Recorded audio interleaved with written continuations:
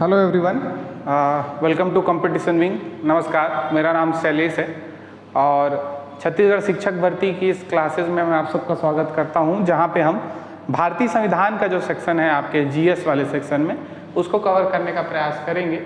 ये देखेंगे कि शिक्षक भर्ती के एग्जाम में जो है आपके भारतीय संविधान से किस तरीके के सवाल बनाए जा सकते हैं और इसका सिलेबस बहुत ही ब्रीफ दिया हुआ है, तो उसी तरीके से हम इसके सिलेबस को कंप्लीट करेंगे। देखेंगे कैसे कैसे सवाल बनाने की संभावना बनती है। सिलेबस को ब्रीफली देखें अगर, तो सबसे पहले इसमें दिखता है कि संविधान की विशेषताओं के बारे में बात की गई है। दूसरे नंबर पर देखें तो मुख्य संवैधानिक प्रावधान को दर्शाया गया है। आगे आप देखेंगे तो मौलिक अधिकार, मौलिक कर्तव्य की बात की गई है। उसके बाद आगे चलेंगे तो सूचना का अधिकार मतलब कि राइट टू इन्फॉर्मेशन। सांस्कृतिक राष्ट्रीय व्यक्तित्व के बारे में बात की गई है। संविधान निर्माण से संबंधित कौन कौन से राष्ट्रीय व्यक्तित्व रहे हैं उनके बारे में भी पढ़ेंगे। आगे चल करके जो लोकतंत्र है आपका, डेमोक्रेसी है, इलेक्शंस हैं, लोकसभा, राज्यसभा, जो संसद है आपका, उसके बारे में बात की गई है। तो सिलेबस बहुत ज़्यादा बड़ा नहीं है, छोटा सिलेबस है, ब्रीफली कवर करेंगे, देखते चलेंगे कि किस प्रकार के सवाल बनाने की संभावना है। तो आज हम जो है पहला जो आपका टॉपिक है वो देखेंगे। वो क्या बोलता है कि भारतीय संविधान की विशेषताएं, ठीक है, salient features of constitution, salient features of Indian constitution. ठीक, तो इसमें बहुत सारे विशेषताएं हैं हमारे संविधान की। ऐसे तो टॉपिक वाइज डील करें तो 15-16 विशेषताएं निकल करके आते हैं। जैसे कि आप देख सकते हैं सबसे लंबा लिखित संविधान है हमारा जो भारत का संविधान है, तो इसको डिटेल में डील करेंगे। फिर मौलिक अधिकार, नीति निर्देशक तत्व, मौलिक कर्तव्य, धर्मनिरपेक्ष राज्य हैं हम, एक पंथ निरपेक्ष राज्य हैं। इसके आगे देखेंगे कि यूनिवर्सल एडल्ट फ्रेंचाइजी, सार्वभौम वयस्क मताधिकार, एकल नागरिकता, सिंगल सिटीजनशिप की बात कर रहा है। नम्यता एवं अनम्यता का समन्वय मतलब कि कठोरता एवं आपका कठोरता और मतलब कि mixture of rigidity and softness. हमारा कॉन्स्टिट्यूशन ना तो अधिक कठोर है ना तो अधिक विनम्र है, मतलब विनम्रता एवं कठोरता का मिश्रण है। सरकार का संसदीय रूप है, पार्लियामेंट्री फॉर्म, ये भी देखेंगे। एकात्मकता की ओर झुकाव है, मतलब कि unitary government, unitary form of government की तरफ झुकाव बनता है सरकार का, लेकिन वो ऐसा है नहीं, वो संघीय व्यवस्था पे काम करता है। एकीकृत एवं स्वतंत्र न्यायपालिका, इंटीग्रेटेड एंड इंडिपेंडेंट जुडिशरी की बात करेंगे। संसदीय संप्रभुता एवं न्यायिक सर्वोच्चता में समन्वय किस तरीके से बनाया गया है हमारे संविधान में, इसको भी समझेंगे। स्वतंत्र निकाय, इंडिपेंडेंट बॉडीज कौन कौन से हैं, जैसे इलेक्शन कमीशन, यूपीएससी, आपका स्टेट पीएससी, और देखेंगे कैग जो कंट्रोलर एंड ऑडिटर जनरल है, उनके बारे में समझेंगे। आपातकालीन प्रावधान क्या क्या हैं 352, 356, 360 अनुच्छेद में, इसको देखेंगे। त्रिस्तरीय सरकार कौन कौन सी रहती है और कौन कौन से स्रोत से हमारे संविधान को लिया गया है, तो स्रोत से भी संबंधित सवाल उठाते हैं। अब इसमें अगर मैं बताता चलूं, जैसे मौलिक अधिकार हम पढ़ेंगे तो मौलिक अधिकार को इस पर्टिकुलर टॉपिक के तहत डिटेल में डील नहीं करेंगे। मौलिक अधिकार अलग से भी मेंशन्ड है आपके सिलेबस में, तो अलग से जब हम मौलिक अधिकार देखेंगे तो वहाँ पे इसको डील करते चलेंगे।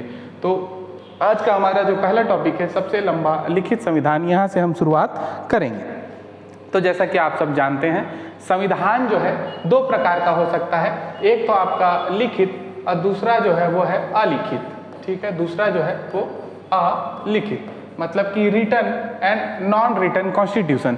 जैसे भारत का संविधान है, आप सब जानते हैं संविधान की एक कॉपी होती है, तो इससे समझ में आता है कि भारतीय संविधान जो है वो एक लिखित संविधान है।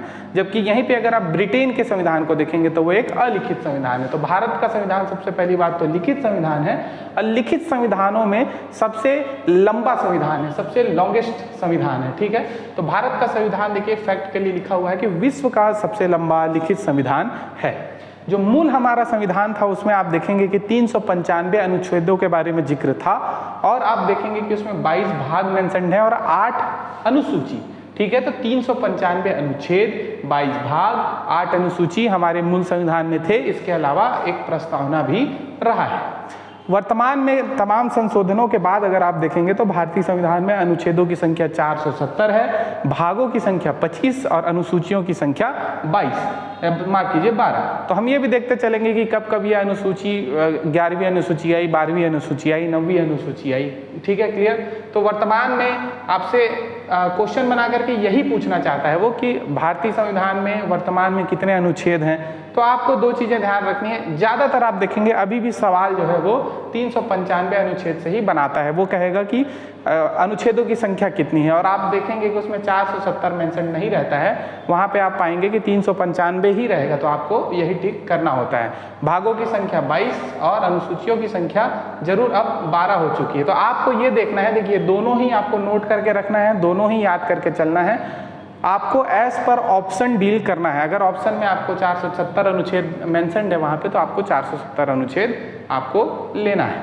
ठीक है, अब समझ लेते हैं कि भारत के संविधान को इतना बड़ा, इतना वृहद, विश्व का सबसे बड़ा लिखित संविधान जो बनाया गया है उसके पीछे कारण क्या रहे हैं। तो आप सब जानते हैं कि हमारा देश बहुत ही ज़्यादा डाइवर्स कंट्री, एक विविधतापूर्ण वाला कंट्री है। तो सभी के हितों को समाहित करते हुए इस संविधान को बनाया गया। ये एक बहुत बड़ा कारण था कि हमारा संविधान बहुत ज़्यादा वृहद या बड़ा बना। इसके अलावा दूसरा रीज़न देखेंगे तो भारत शासन अधिनियम 1935 से हमारे संविधान के लगभग 70% प्रावधान लिए गए। तो भारत शासन अधिनियम 1935 अपने आप में बहुत ज़्यादा वृहद था। इसी वजह से हम पाते हैं कि भारतीय संविधान के भी जो प्रावधान है वो काफ़ी बड़े बन करके आए। इसके अलावा आप पाएंगे कि संविधान सभा जो थी हमारी, है ना, संविधान सभा के आप सब जानते हैं कि आपके अध्यक्ष कौन रहे, ड्राफ्टिंग कमीशन के, ये सारी चीज़ें भी हम पढ़ेंगे विशेषताओं के बाद जो मुख्य संवैधानिक प्रावधान है उसमें। तो हम पाएंगे कि जो संविधान सभा थी उसमें ज़्यादातर जो लोग थे वो लोग या तो फिर वकील थे या तो राजनेता थे। और आप सब जानते हैं वकीलों राजनेताओं की भाषा शैली जो होती है वो बहुत विस्तार में लिखना पसंद करते हैं। आप अभी भी अगर वकीलों से मिलेंगे तो बहुत डिटेल में लिखते हैं। ये भी एक रीज़न बना कि हमारे देश का संविधान जो है बहुत ही ज़्यादा वृहद बन करके आया। और एक और रीज़न इसमें देखने वाली बात है कि पूरे देश के लिए, इतने बड़े देश के लिए 3.28 बिलियन जो हमारा स्क्वायर किलोमीटर है, और आज के देश में उस समय जो हमारी जनसंख्या थी लगभग 35 करोड़ की जनसंख्या थी। तो इतने बड़ी जनसंख्या, इतने बड़े भौगोलिक क्षेत्रफल के लिए एक संविधान बनाया गया है, ना कि कई संविधान बनाए गए हैं। जैसे आप अमेरिका की स्थिति देखें तो वहाँ प्रत्येक राज्यों का संविधान अलग है, देश का संविधान एक है। तो क्या हो जाता है कि जो मूल संविधान है आपके देश का संविधान है, और क्योंकि राज्यों में भी बहुत सारे संविधान हैं तो देश का संविधान भी बहुत बड़ा बन करके नहीं रहता, छोटा बनता है। लेकिन भारत में आप पाएंगे कि सभी 28 राज्य, 8 केंद्र शासित प्रदेश और सभी तमाम जनसंख्या के लोगों के लिए संविधान एक ही है। तो जाहिर सी बात है संविधान को बड़ा होना ही था। तो ये कारण आपसे नहीं पूछा जाएगा। कारण जनरली जब डिस्क्रिप्टिव पेपर आता है तो फिर इसको पूछा जाता है। कभी कभी बहुत रेयर चांसेस है कि कूट बना करके इसको पूछ ले, लेकिन जो सबसे लंबा लिखित संविधान है इसको जरूर स्टेटमेंट में पूछता है कि क्या भारत का संविधान सबसे लंबा लिखित संविधान है विश्व का। तो आपको ये सही लेना है। और ये जो अनुच्छेदों की संख्या है, भागों की संख्या, अनुसूचियों की संख्या है, इसको आपको जरूर याद करके रखना है। तो ये थी आपकी पहली विशेषता आपके संविधान की। दूसरे नंबर पे आएंगे। दूसरा जो आपका विशेषता है भारतीय संविधान का वो है मौलिक अधिकारों से संबंधित। तो जैसे कि मैंने शुरू में ही डील किया कि टोटल 25 भाग हैं आपके संविधान में, तो उसमें से भाग 3 जो है आपके मौलिक अधिकार या फिर मूल अधिकारों से डील करता है, भाग 3। और उसमें अनुच्छेदों में पाएंगे तो अनुच्छेद 12 से लेकर के 35 तक का जो आपका अनुच्छेद है वो मौलिक अधिकारों से डील करता है। ठीक है, तो भारतीय संविधान के भाग 3 में नागरिकों को कुल 6 मौलिक अधिकार दिए गए हैं। कितने? तो कुल 6 मौलिक अधिकार दिए गए हैं। ठीक है, मूल संविधान में अगर हम देखें तो 7 फंडामेंटल राइट्स थे, 7 मौलिक अधिकार थे, जिसमें से एक मौलिक अधिकार को 44वें संविधान संशोधन से आप क्या पाएंगे, 44वें संविधान संशोधन 1978 से आप देखेंगे कि इसे जो है मौलिक अधिकारों की सूची से हटा दिया गया। यह कौन सा संविधान आपका मौलिक अधिकार था? 7वां जो था वो था संपत्ति का अधिकार, राइट टू प्रॉपर्टी, संपत्ति का अधिकार जो था पहले ये मौलिक अधिकार हुआ करता था, लेकिन 44वें संविधान संशोधन 1978 से अब इसे मौलिक अधिकार की सूची से हटा करके कैसा अधिकार बना दिया गया है, तो लीगल राइट, कानूनी अधिकार बना दिया गया है। तो यहाँ से सवाल उठाता है, आपको याद रखना है, आपसे पूछेगा कि कौन से एक मौलिक अधिकार को मौलिक अधिकारों की सूची से हटाया गया, तो आपको याद रखना है संपत्ति के अधिकार को। कौन से संशोधन के माध्यम से हटाया गया, तो 44वें संविधान संशोधन 1978 के माध्यम से। आपसे पूछेगा कि वर्तमान में जो है संपत्ति का अधिकार कैसा अधिकार है, तो आपको याद रखना है कानूनी अधिकार है, और इसे आर्टिकल मतलब कि अनुच्छेद 300 का 300A बोल दीजिए, 300 का बोल दीजिए, 300A में जो है इसे वर्तमान में शामिल किया गया है। तो ये तो हो गया आपका संपत्ति के अधिकार से संबंधित फैक्ट्स। और अगर इसमें देखें आपके मौलिक अधिकारों से संबंधित, तो इसे हमने कहाँ से लिया है, तो अमेरिका से लिया है। यूएसए के बिल ऑफ राइट्स नामक एक उनकी अधिकारों की एक समझ सकते हैं एक संविधान ही है उनका, बिल ऑफ राइट्स। तो बिल ऑफ राइट्स से ही हमने मौलिक अधिकारों के कॉन्सेप्ट को लेने का प्रयास किया। वर्तमान में कुल कितने मौलिक अधिकार हैं, अगर आपसे पूछा जाता है तो टोटल 6 मौलिक अधिकार हैं। तो इसको हम डिटेल में देखेंगे कि अनुच्छेद 12 क्या बोलता है, 13 क्या बोलता है, 14 से 18, 19 से 22, आपका 23 और 24 क्या क्या बोलता है। तो इसकी विशेषता को फिलहाल हम यहाँ समझेंगे, और जब हम मौलिक अधिकार की एक अलग सेपरेट क्लास करेंगे उसमें हम सभी मौलिक अधिकारों को बहुत डिटेल में देखने का काम करेंगे। तो एक तो विशेषता ये हो गई कि पहले 7 थे अब 6 हैं, और क्या हो गया आप देख पा रहे हैं कि इसे हमने कहाँ से लेने का काम किया है, तो यूएसए से लेने का काम किया है। तो ये था आपका क्या दूसरा जो आपके संविधान की विशेषता है उसकी बात कर रहा है। तीसरे टॉपिक पे चलेंगे, वो है आपका राज्य के नीति निर्देशक तत्व। ये भी क्या है, तो आपके मौलिक अधिकारों की माफ कीजिए संविधान की एक विशेषता है राज्य के नीति निर्देशक तत्व। इसे अंग्रेजी में DPSP कहा जाता है, directive principles of state policy. Directive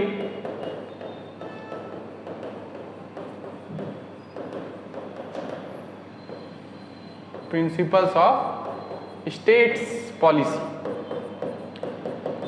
देखिए राज्य के नीति निर्देशक तत्व मतलब इनमें राज्य के नीति निर्देशक तत्वों में ऐसी चीज़ों के बारे में ऐसे चीज़ों को मेंशन किया गया है जिसे राज्य को मतलब कि सरकार को अपने दिमाग में रखना है जब वो आम जनता के लिए कोई नीति का निर्माण करे। मतलब कि ऐसी नैतिक बातें जिसे सरकार को ध्यान में रखना चाहिए कोई भी नियम कानून या कोई भी संशोधन करते हुए, जो वो संविधान में या कानून में करती है या फिर कोई वो नया कानून बनाती है, उस समय उसको दिमाग में जो चीज़ें रखनी चाहिए उसे ही हम कहते हैं नीति निर्देशक तत्व। इसे जो है भाग 4 में मेंशन किया गया है और अनुच्छेदों की संख्या है 36 से लेकर के 51।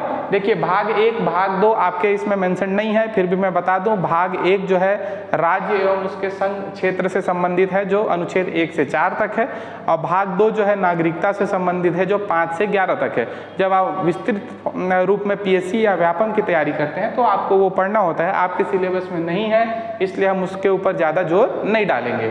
तो राज्य के नीति निर्देशक तत्व जो है वो भाग 4 में है, अनुच्छेद 36 से 51 तक। डॉक्टर BR अम्बेडकर ने DPSP जो है उसे भारतीय संविधान का नोवेल फीचर्स कहा है। ठीक है, नोवेल फीचर्स का है मतलब कि अनूठी विशेषता की श्रेणी इसको दी गई है। जो आपका नीति निर्देशक तत्व है उसे हम 3 भागों में बांट सकते हैं। वो 3 भाग कौन से हैं, यहाँ से सवाल उठाता है। पहला है गांधीवादी, दूसरा है सामाजिक और तीसरा है उदार एवं बौद्धिक। जैसे उदाहरण के तौर पे आप समझें कि अनुच्छेद 40 36 से 51 तक है, तो अनुच्छेद 40 कहता है कि पंचायतों का गठन की बात करता है, पंचायतों का गठन। तो पंचायतों का गठन ये जो है गांधी जी का एक सपना था कह सकते हैं। वो कहते थे कि असल भारत जो है गांव में रहता है। तो ऐसे ही कुछ अनुच्छेद हैं इसमें जो आप पाएंगे कि वो गांधीयन विचारधारा का है, गांधीवादी विचारधारा का है। ऐसे ही आपको देखने को मिलेगा इसमें बहुत सारी चीज़ें हैं जो सामाजिक विचारधारा का है। जैसे कि आप इसमें पाएंगे शराबबंदी की बात की गई है, या फिर आप पाएंगे कि समान कार्य समान वेतन की बात कही गई है, या फिर आप अनुच्छेद 44 जो है आपका पाएंगे उसमें पाएंगे कि यूनिफॉर्म सिविल कोड की बात की गई है। यूनिफॉर्म सिविल कोड की बात की गई है जिसके माध्यम से क्या है कि पूरे देश भर में एक समान कानून लागू हो। तो ये सामाजिक। और आप उदार बौद्धिक भी पाएंगे इसमें। उदार बौद्धिक मतलब कि आपको देखने को मिलेगा जैसे आपको मैटरनिटी बेनिफिट्स मतलब कि प्रेगनेंसी के दौरान या बच्चा होने के दौरान महिलाओं को दिए जाने वाले छुट्टी की बात की गई है।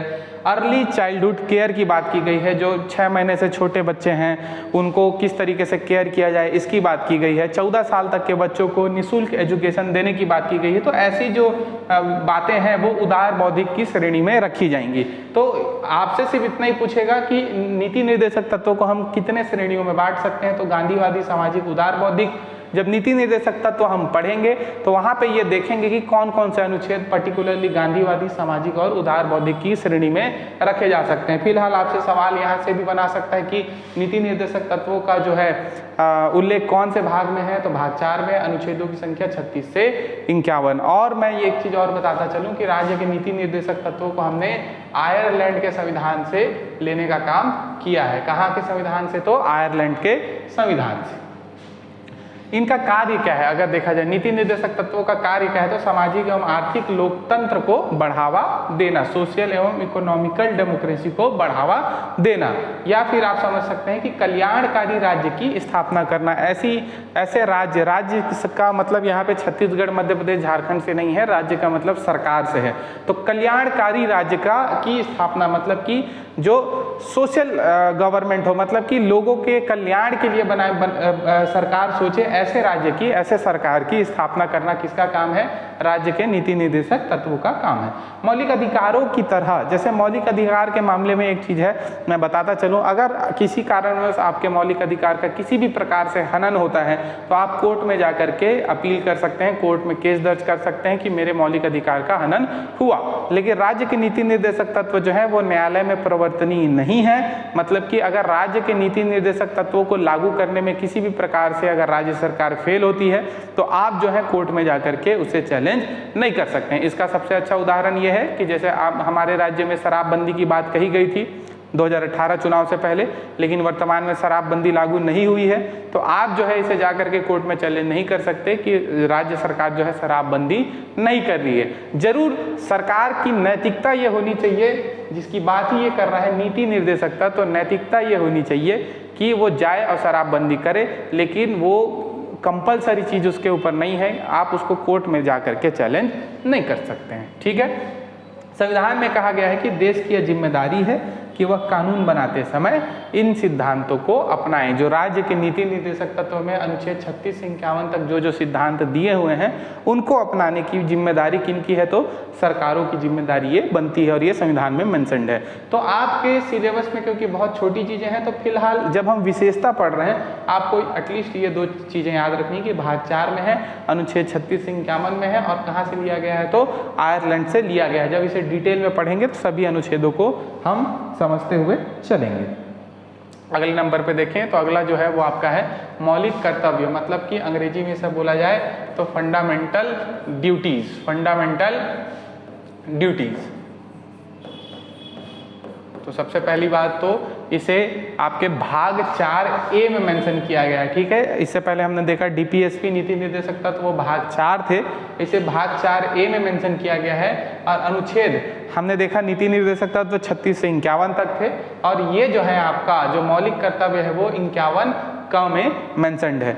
वेरी इंपॉर्टेंट थिंग, बहुत इंपॉर्टेंट है कि मौलिक कर्तव्य कहाँ से लिया गया है, तो वो हमने रसिया से लेने का काम किया है। ठीक है, कहाँ से, रसिया से लेने का काम किया है। क्लियर। मूल संविधान में मौलिक कर्तव्य थे क्या, नहीं थे। मौलिक कर्तव्यों के बारे में कोई जिक्र नहीं था मूल संविधान में।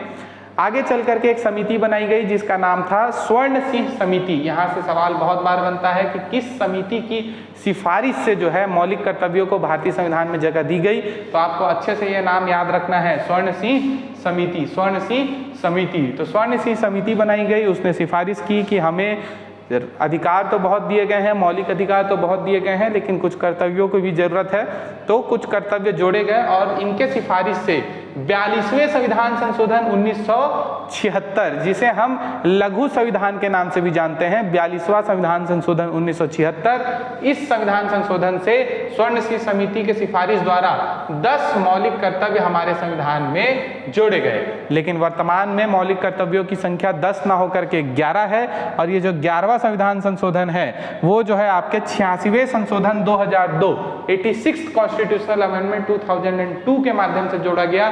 ये जो 11वां आपका मौलिक कर्तव्य है वो कहता है कि ये हर गार्जियन और पेरेंट्स की जिम्मेदारी है कि वो अपने 6 से 14 साल तक के बच्चों को फ्री और कंपलसरी एजुकेशन के लिए भेजे, मतलब कंपलसरी रूप से एजुकेशन के लिए भेजे, शिक्षा के लिए भेजे। तो ये 11वां आपका जो कर्तव्य है वो 86वां संविधान संशोधन 2002 ये भी सवाल बनता है। स्वर्णशील समिति ये भी सवाल बनता है। मूल संविधान में था क्या, नहीं था, ये भी सवाल बनता है।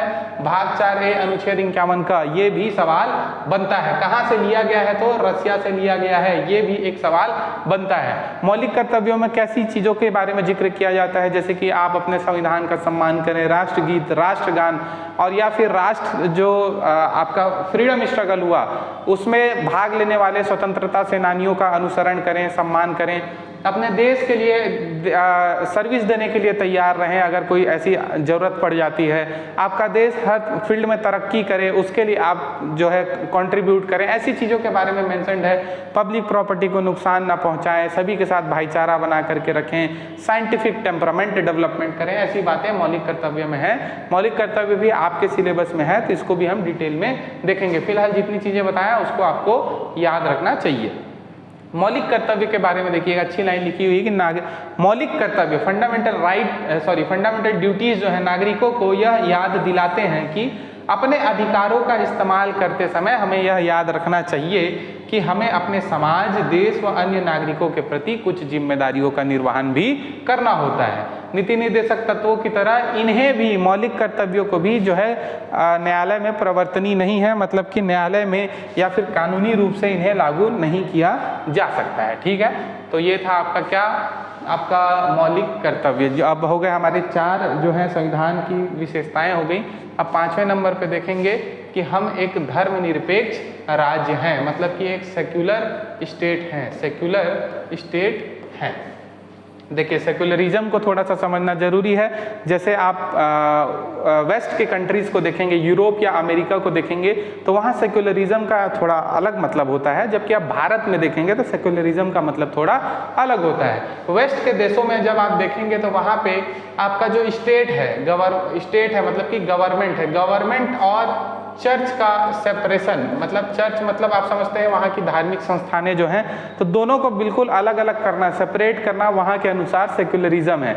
देखिए जब आप मध्यकालीन इतिहास देखेंगे यूरोप और अमेरिका का, तो वहाँ पे आप पाएंगे कि वहाँ की राजनीति में जो है वहाँ के चर्चेस का बहुत ज़्यादा इन्वॉल्वमेंट होता था। राजा या फिर मंत्रियों के डिसीजन मेकिंग में वहाँ के चर्च और चर्च में रहने वाले क्लर्जी, फादर्स, ब्रदर्स, ये लोग बहुत ज़्यादा इन्फ्लुएंस रखते थे। तो जब इन देशों में मॉडर्न डेमोक्रेसी आई, आज का जो आपका गणतंत्र है, राजतंत्र है, इसको हटा करके जो गणतंत्र बना, तो वहाँ के संविधान निर्माताओं ने और देश निर्माताओं ने ये पाया कि चर्च को जो है, मतलब धार्मिक संस्थानों को जो है पूरी तरीके से अलग रखने की जरूरत है। किससे? सरकारों से। तो इस वजह से आप जब वेस्ट का सेक्युलरिज्म, वेस्ट के आप धर्मनिरपेक्षता को देखते हैं तो वहाँ पे सरकार और चर्च बिल्कुल अलग अलग कार्य करेंगे, जबकि भारत की स्थिति इसके उलट है। भारत जो है ना तो किसी एक धर्म को पूरी तरीके से अपनाता है और ना ही वो सभी धर्म को छोड़ता है। मतलब कि भारत की स्थिति आप देखें तो भारत आप समझ सकते हैं कि बहुत ही प्राचीन पुरातन देश है और अलग अलग धर्मों का यहाँ उदय भी हुआ। बहुत सारे धार्मिक चीज़ें हैं जिसको सरकार पूरी तरीके से छोड़ नहीं सकती है। इस वजह से जब आप देखेंगे कि भारत का संविधान जो है वो धर्मनिरपेक्ष है और इसलिए यह किसी विशेष धर्म को भारत के धर्म के तौर पर मान्यता नहीं देता है। ठीक है, तो भारत का जो संविधान है वो किसी भी पर्टिकुलर रिलीजन को, चाहे वो हिंदू हो, मुस्लिम हो, क्रिश्चियनिटी हो, सिखिज्म हो, बुद्धिज्म हो, जैनिज्म हो या पारसी धर्म हो, किसी भी एक धर्म को ये नहीं कहता है कि ये भारत का ये धर्म है। अपितु आप देखेंगे कि भारत का संविधान सभी धर्मों को बराबर सम्मान देता है और सभी को सम्मान संरक्षण भी प्रदान करता है। मतलब सभी धर्मों को जो है भारत का संविधान जो है बराबर नजरों से देखता है। ठीक है, तो यहाँ पे आप ये नहीं पा रहे हैं कि संविधान या सरकारों से आपका जो धर्म है वो बिल्कुल अलग है, यहाँ पे ऐसा नहीं है। जबकि आप वेस्ट की कंट्रीज में जब देखते हैं तो दोनों, चर्च हो गया और आपका जो गवर्नमेंट हो गया, दोनों बिल्कुल सेपरेट आपको नजर आते हैं।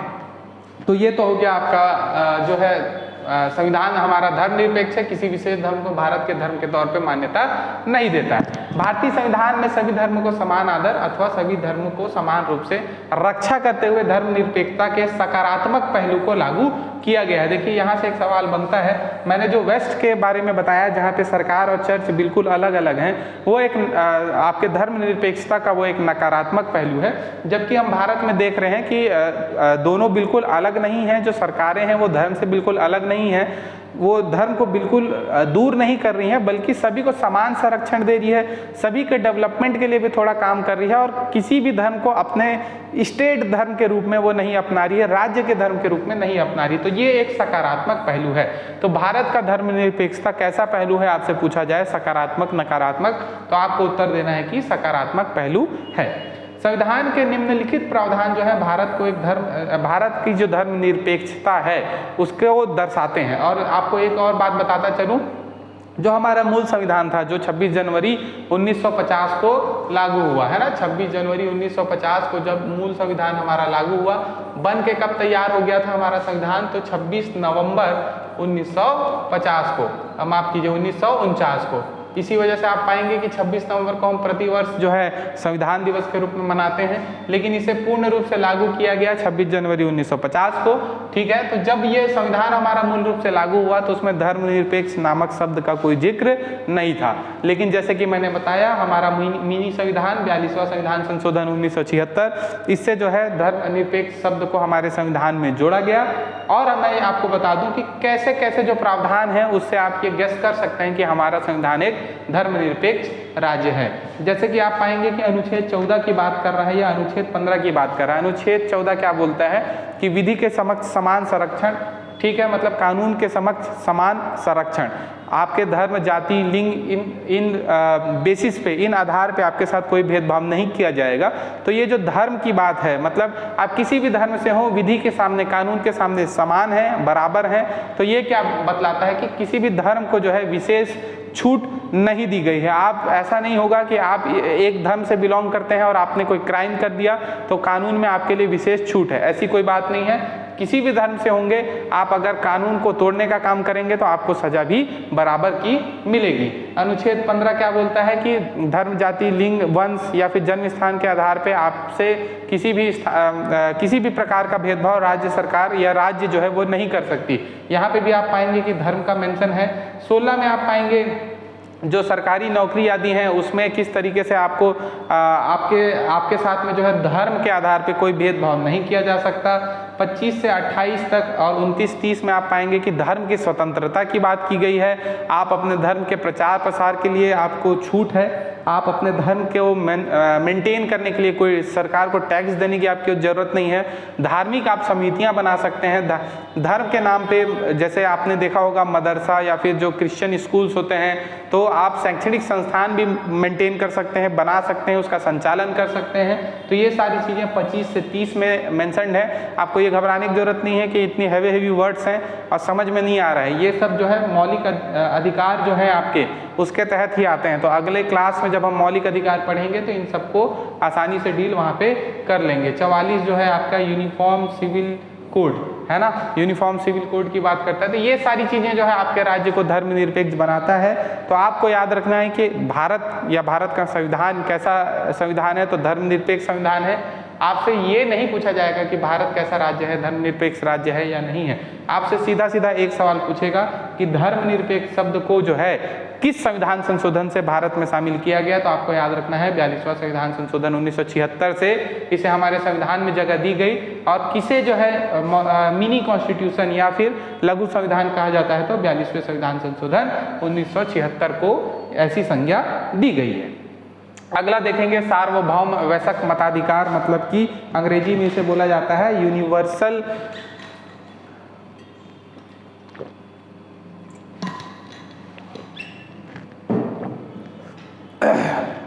अंग्रेजी में इसे बोला जाता है यूनिवर्सल एडल्ट फ्रेंचाइजी। कहने का मतलब सभी को जो है वोटिंग राइट है। भारत में जैसा आप सब जानते हैं 18 वर्ष की उम्र आप जैसे ही पार कर लेते हैं तो इलेक्शन कमीशन जो है, आपका चुनाव आयोग जो है, वो खुद आपके पास चल करके आता है, या फिर कैंप लगवाए जाते हैं जिसके माध्यम से 18 वर्ष को क्रॉस करने वाले सभी लोग जो हैं अपना वोटिंग आईडी जो है, वोटर आईडी जो है वो बनवा सकते हैं। ठीक है, ये इतना इंपॉर्टेंट क्यों है और ये संविधान की विशेषता में क्यों मेंशन्ड है, तो इसको थोड़ा सा हम समझते हैं।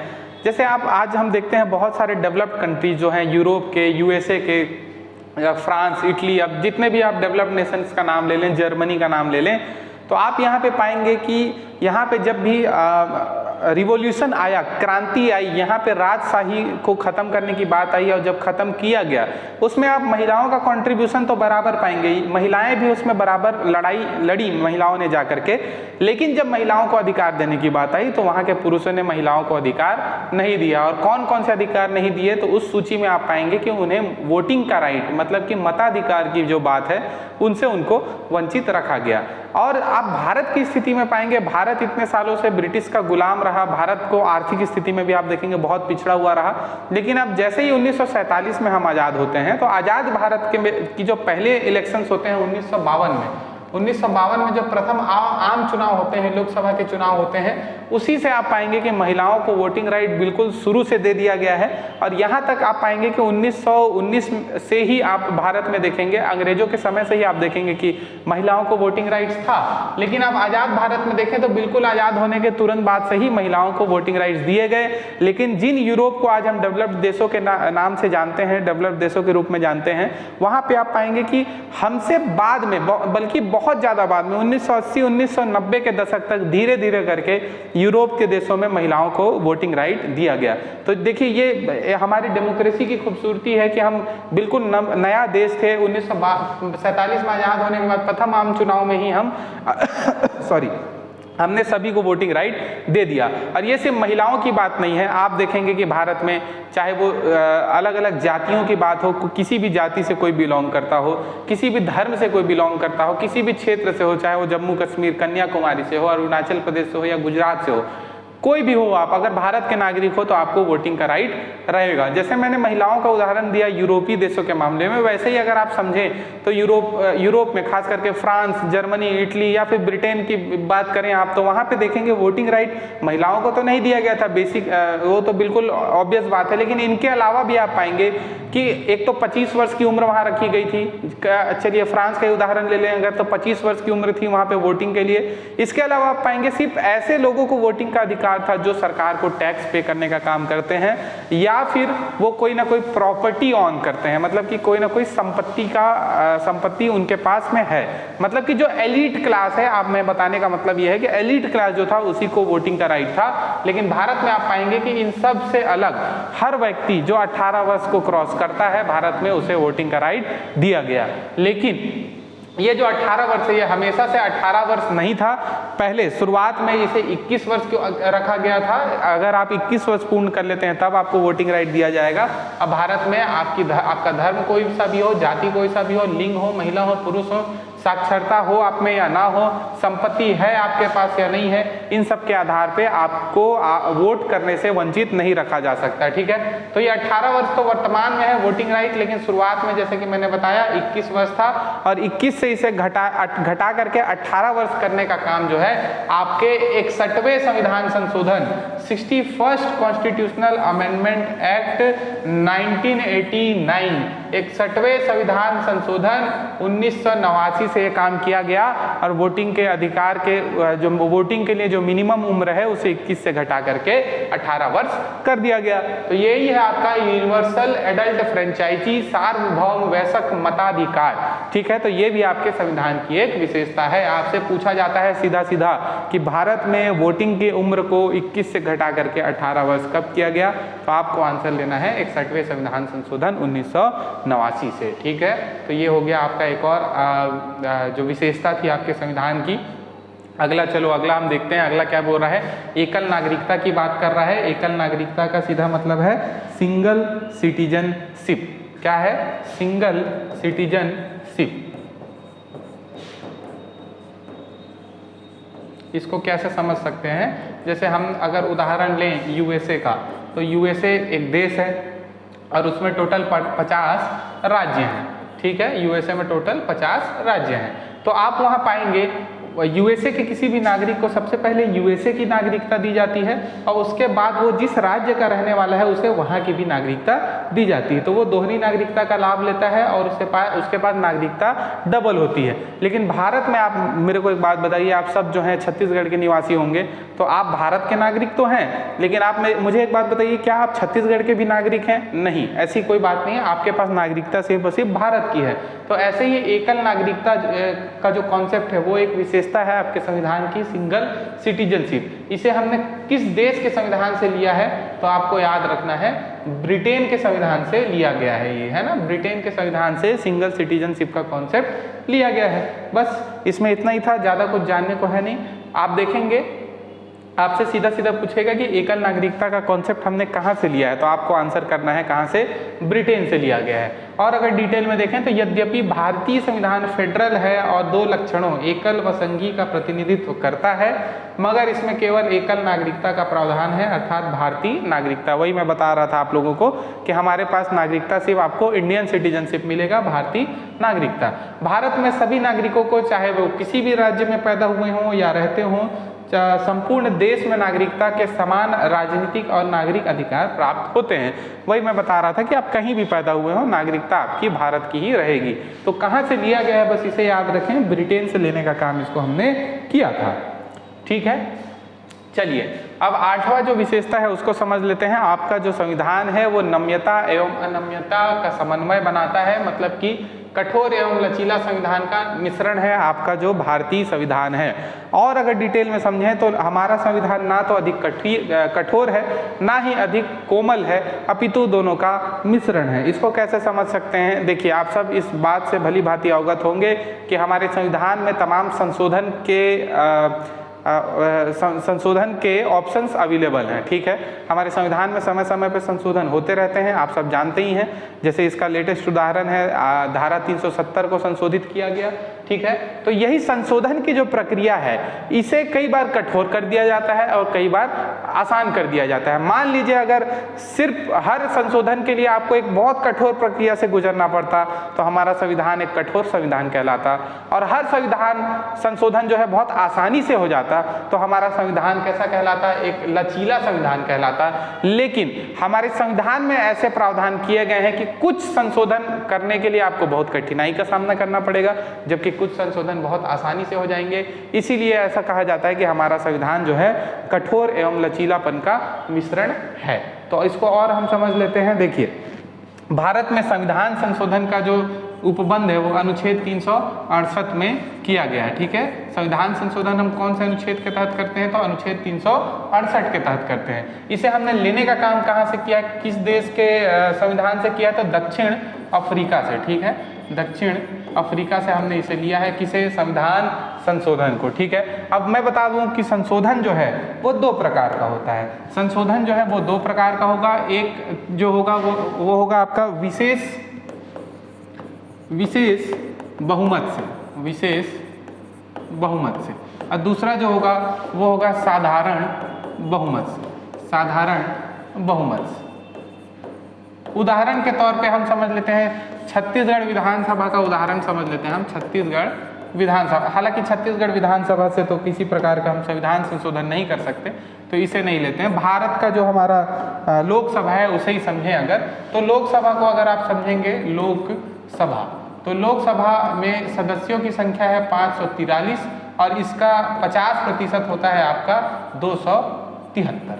ठीक है, साधारण बहुमत की स्थिति में किसी बिल को, कोई एक बिल लाई है सरकार, मान लीजिए अब लड़कियों की शादी की उम्र 21 वर्ष करना है, तो ऐसा कोई बिल एक लेकर के आई है सरकार, तो मान लीजिए उसे अगर साधारण बहुमत से पास करने की जरूरत है तो उसके लिए हमें 273 वोट तो चाहिए। अब ये हो गया आपका क्या, 50%, है ना। 273 क्या हो गया, 50% प्लस 1, मतलब कि 50% प्लस 1 अगर वोट पड़ जाते हैं तो ये साधारण बहुमत है। और ये तो फिर भी एक कठिन बहुमत ही हो गया। यहाँ पे साधारण बहुमत में इसको मैं और आसान भाषा में समझाऊं तो आप इसको ऐसा समझें कि प्रेजेंट एंड वोटिंग का मतलब कि जितने लोग उपस्थित हैं, है ना, उपस्थित और जितने लोग वोट डाल रहे हैं, मतलब उपस्थित एवं जो कर रहे हैं, जो सदस्य वोटिंग कर रहे हैं, उनका सिर्फ और सिर्फ 50% +1 चाहिए होता है। मतलब कि जरूरी तो नहीं है कि 543 सदस्य हैं, 545 सदस्य हैं तो सब के सब आपके लोकसभा की बैठक में मौजूद हों। मान लो किसी बैठक में 300 लोग मौजूद हैं तो साधारण बहुमत जो चाहिए होता है उस 300 का 50% +1 मतलब 151 वोट अगर पड़ गए उसके पक्ष या विपक्ष में तो वो विधेयक जो है पारित हो जाएगा या रिजेक्ट कर दिया जाएगा। जबकि विशेष बहुमत की स्थिति में क्या होता है, कुल सदस्य संख्या का 50% मतलब कि 273, कुल सदस्य संख्या का 50% +1, एक तो ये स्थिति हो जाएगी, या फिर कुल सदस्य संख्या का 50% और इसके साथ में बोला जाएगा कि आधे से अधिक राज्यों की सहमति, आधे से अधिक राज्यों की सहमति, मतलब कि 28 राज्य हैं तो 14 राज्यों की सहमति भी उस चीज में होनी चाहिए। तो देखिए आप देख सकते हैं कि कुछ अध्यादेशों को या बिलों को पास करने के लिए आपको बहुत सारे कठिन प्रक्रिया से गुजरना पड़ रहा है। एक तो 273 वोट पाना एक पक्ष में मुश्किल बात है, दूसरा आप देखेंगे कि 273 वोट उसके अलावा जो है आधे से अधिक राज्यों की सहमति पाना भी एक मुश्किल बात है। लेकिन वहीं पे आप पाएंगे कई सारे एक्ट जो 90% बिल हैं वो आपके साधारण बहुमत से पारित होते हैं। तो आप देखेंगे कि हमारे संविधान के अनुच्छेद 368 में दोनों ही प्रकार के प्रावधान हैं, इसलिए हमारे संविधान को जो है कठोर एवं लचीला संविधान कहा गया है, या फिर दोनों का मिश्रण जो है कहा गया है। ठीक है, चलिए, तो मैं उम्मीद करता हूँ यहाँ तक आप लोगों को समझ में आया होगा। अगला विशेषता अगर हम देखें तो वो है आपका सरकार का जो है संसदीय रूप, मतलब कि हमारी जो सरकार है वो कैसी सरकार है, तो पार्लियामेंट्री गवर्नमेंट है, पार्लियामेंट्री गवर्नमेंट है। ठीक है, पार्लियामेंट्री मतलब हमारे देश का एक संसद है, उसमें लोग, संसद बनता किससे है अगर देखा जाए, ये अगर मैं पूछूं आपसे तो आपको बिल्कुल याद रखना है, ये भी सवाल कई बार बनता है। संसद जो है वो आपके लोकसभा प्लस राज्यसभा और इसके साथ में आपके देश के जो है राष्ट्रपति, इन तीनों को मिला करके आपके संसद का निर्माण किया जाता है। या संसद शब्द अगर बोला जाता है तो आपको ये तीनों को ही एक साथ समझना है, लोकसभा, राज्यसभा और राष्ट्रपति। तो हमारी जो सरकार है, हमारी जो गवर्नमेंट है वो कैसी गवर्नमेंट है अगर बोला जाए तो वो संसदीय फॉर्म की गवर्नमेंट है, संसदीय रूप है उसका, पार्लियामेंट्री फॉर्म है। इस कॉन्सेप्ट को भी हमने कहाँ से लिया है, तो ब्रिटेन से लेने का काम किया है। ये भी हमने कहाँ से लिया है, तो ब्रिटेन से लिया है। ठीक है, देखिए कोई भी सरकार जो होता है वो दो तरीके का होता है, एक तो हो गया आपका अध्यक्षीय रूप होता है किसी भी सरकार का, और दूसरा होता है वो संसदीय रूप होता है। अध्यक्षीय रूप का सबसे बेहतरीन उदाहरण है आपका अमेरिका। अध्यक्षीय को अंग्रेजी में हम बोलते हैं प्रेसिडेंशियल फॉर्म, प्रेसिडेंशियल फॉर्म। आपको मैं बता दूं, जैसे वर्तमान में यूएसए के प्रेसिडेंट हैं, राष्ट्रपति जो हैं जो बाइडन हैं, आपने कभी भी यूएसए में प्राइम मिनिस्टर का नाम आपने नहीं सुना होगा। वहाँ के प्राइम मिनिस्टर कौन है आपको कभी भी नहीं पता चलेगा, क्योंकि ऐसा कोई पद वहाँ पे होता ही नहीं है, क्योंकि सारी शक्ति जो है वहाँ पे आप देखेंगे कि वो अमेरिका के राष्ट्रपति पर निहित होती है। इस वजह से, और ऐसे सरकार को हम क्या बोलते हैं, अध्यक्षीय प्रणाली की सरकार बोलते हैं। तो ये अमेरिका का कॉन्सेप्ट है। भारत में ऐसा कॉन्सेप्ट है क्या? नहीं है। भारत के मुख्य होते हैं प्राइम मिनिस्टर, लेकिन राज्य के मतलब कि कार्यपालिका मुख्य जो होते हैं आपके प्राइम मिनिस्टर, लेकिन जो आपके राज्य की जो मुखिया होते हैं वो है आपके राष्ट्रपति। तो आप पाएंगे भारत में पाएंगे कि विधायिका भी है, कार्यपालिका भी है, न्यायपालिका भी है। तो ऐसे व्यवस्था को जो है आप संसदीय रूप बोल सकते हैं। इसको और थोड़ा सा मैं आपको समझाने का प्रयास करूं, जो आपका अध्यक्षीय प्रणाली है, अध्यक्षीय प्रणाली है ना, मतलब कि आपका प्रेसिडेंशियल फॉर्म, प्रेसिडेंशियल फॉर्म, इसका सबसे अच्छा उदाहरण कौन सा है अगर आप देखें तो वो है यूएसए। आप यहाँ पे पाएंगे कि जो न्यायपालिका है आपका, न्यायपालिका है ना, इसके अलावा आप पाएंगे कि जो आपकी कार्यपालिका है मतलब कि एग्जीक्यूटिव है ना, इसके अलावा आप पाएंगे कि जो भी विधायिका है, ठीक, विधायिका, इन सभी के जो अध्यक्ष होते हैं या इन सभी का जो मुखिया होता है वो वहाँ का राष्ट्रपति होता है। ठीक, यहाँ तक कि न्यायपालिका में भी आप वहाँ पे देखेंगे कि सुप्रीम कोर्ट के जजों की नियुक्ति आदि संबंधित शक्ति किसके पास होगी, तो वहाँ का जो हेड है मतलब कि राष्ट्रपति है उसके पास होगी।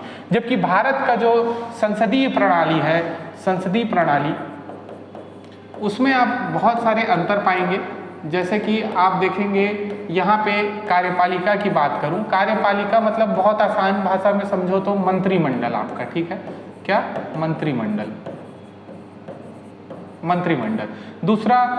दूसरे की बात करूं अगर आपका विधायिका की अगर मैं बात करूं, विधायिका बोले तो आपका संसद है ना, विधायिका बोलूं तो संसद की बात कर रहा हूं मैं। और अगर न्यायपालिका की बात करूं तो आपका सुप्रीम कोर्ट, हाई कोर्ट की बात कर रहा हूं है ना, न्यायपालिका की बात करूं तो सुप्रीम कोर्ट और हाई कोर्ट की बात कर रहा हूं। अब बहुत मजेदार चीज बताता हूं, यहाँ पे आप इन तीनों का मुखिया किसी को नहीं पाएंगे है ना, इन तीनों का कोई भी मुखिया नहीं है। जैसे कि आपको मैं बता दूं, जैसे मंत्रिमंडल है, हमारे जितने मंत्री हैं भारत सरकार के, अगर वो कोई फैसला करते हैं, ठीक है, कोई डिसीजन लेते हैं, कोई काम करते हैं, तो आप जो है उसको विधायिका में मतलब कि संसद में क्वेश्चन कर सकते हैं, ठीक है। संसद में कोई बिल पारित होता है और अगर न्यायपालिका को ऐसा लगता है कि ये किसी भी तरीके से आपके मौलिक अधिकारों को या फिर आप हनन कर रहा है, मौलिक अधिकारों का हनन कर रहा है या फिर किसी भी प्रकार से जो है ये संविधान के विरुद्ध है, तो न्यायपालिका क्या करेगी, न्यायिक पुनर्विलोकन के माध्यम से ऐसे बिल या ऐसे कानून को जो है रद्द करने का काम करेगी। आप देखेंगे कि न्यायपालिका में न्यायाधीशों की नियुक्ति विधायिका का जो मुखिया होता है, आपका जो राष्ट्रपति होगा वो करेगा। आप पाएंगे कि न्यायाधीश अगर कोई अपने कार्य क्षेत्र से बढ़ करके काम कर रहा है तो विधायिका में उसके खिलाफ प्रस्ताव ला करके आपका जो है इम्पीचमेंट उसका कर दिया जाएगा। तो आप देखेंगे कि पूरा चेक एंड बैलेंस बना हुआ है, इसका कोई एक पर्टिकुलर मुखिया नहीं है। तो ऐसे प्रणाली को हम संसदीय प्रणाली बोलते हैं। लेकिन अगर सबका मुखिया एक हो, सभी अधिकार एक जन के पास हो, किसी को इम्पीचमेंट करने का अधिकार भी एक के पास हो, नियुक्ति का अधिकार भी एक पास हो, तो इसको हम अध्यक्षीय प्रणाली बोलेंगे। तो ऐसा अध्यक्षीय प्रणाली जो है हमारे यहाँ नहीं है। और हमारे यहाँ कैसा फॉर्म है, तो आप देखेंगे कि संसदीय रूप है, और संसदीय रूप जो है वो कहाँ से लिया गया है, तो ब्रिटेन से लिया गया है। इसकी कुछ और विशेषताएं हैं जिसको अगर आप देखना चाहो तो आप इसमें पाएंगे कि संसदीय प्रणाली की विशेषताओं में पाएंगे कि बहुमत वाले दल की सत्ता होती है, जिससे आप सब परिचित ही हैं। प्राइम मिनिस्टर और मुख्यमंत्री का नेतृत्व होता है। निचले सदन का विघटन होता है, जैसे कि लोकसभा और विधानसभा का विघटन होता है हर 5वें वर्ष में। वास्तविक व नाम मात्र के कार्यपालिकों की उपस्थिति होती है। वास्तविक कार्यपालक मतलब कि प्रधानमंत्री, नाम मात्र के कार्यपालक मतलब कि राष्ट्रपति। विधायिका के समक्ष कार्यपालिका की जवाबदेही, मैंने बताया ना, विधायिका मतलब संसद और संसद के समक्ष कार्यपालिका मतलब कि मंत्रिमंडल, मंत्रिमंडल की जवाबदेही। एक सवाल बनाता है कि जो मंत्रिमंडल है या आपका जो कार्यपालिका है वो सामूहिक रूप से किसके प्रति जवाबदेही रखता है, तो वो संसद के प्रति जवाबदेही रखता है। मंत्री अगर कोई भी कार्य करते हैं तो आप सब जानते हैं जो हमारे संसद का अलग अलग सत्र होता है, बजट सत्र, मॉनसून सत्र या फिर आपका विंटर सेशन मतलब कि शीतकालीन सत्र, तो उसमें उनसे सवाल जवाब किए जा सकते हैं और तमाम देश भर के सांसद लोग जो हैं उनसे सवाल जवाब करते हैं। तो इसी तरीके से हम देखते हैं कि कार्यपालिका जो है विधायिका के प्रति जवाबदेह होता है। तो यही समझने की बात थी कि सरकार का कैसा रूप है हमारे यहाँ, तो संसदीय रूप है। इससे अगर सवाल बनाना चाहे तो वो आपसे पूछेगा कि भारत में जो है किस प्रकार की प्रणाली है, तो अध्यक्षीय प्रणाली है कि संसदीय प्रणाली है कि राजतंत्र है कि गणतंत्र है, आपको वहां पे आंसर लेना है संसदीय रूप। वैसे तो गणतंत्र भी है, तो गणतंत्र मैं उम्मीद करता हूँ ऑप्शन में आपको नहीं मिलेगा। ठीक, चलिए अगला जो मुद्दा है, अगला जो टॉपिक है उसको हम देखेंगे कि एकात्मकता की ओर झुकाव के साथ संघीय व्यवस्था है हमारे संविधान में। थोड़ा सा डिफिकल्ट कॉन्सेप्ट है लेकिन समझते चलेंगे आसान हो जाएगा।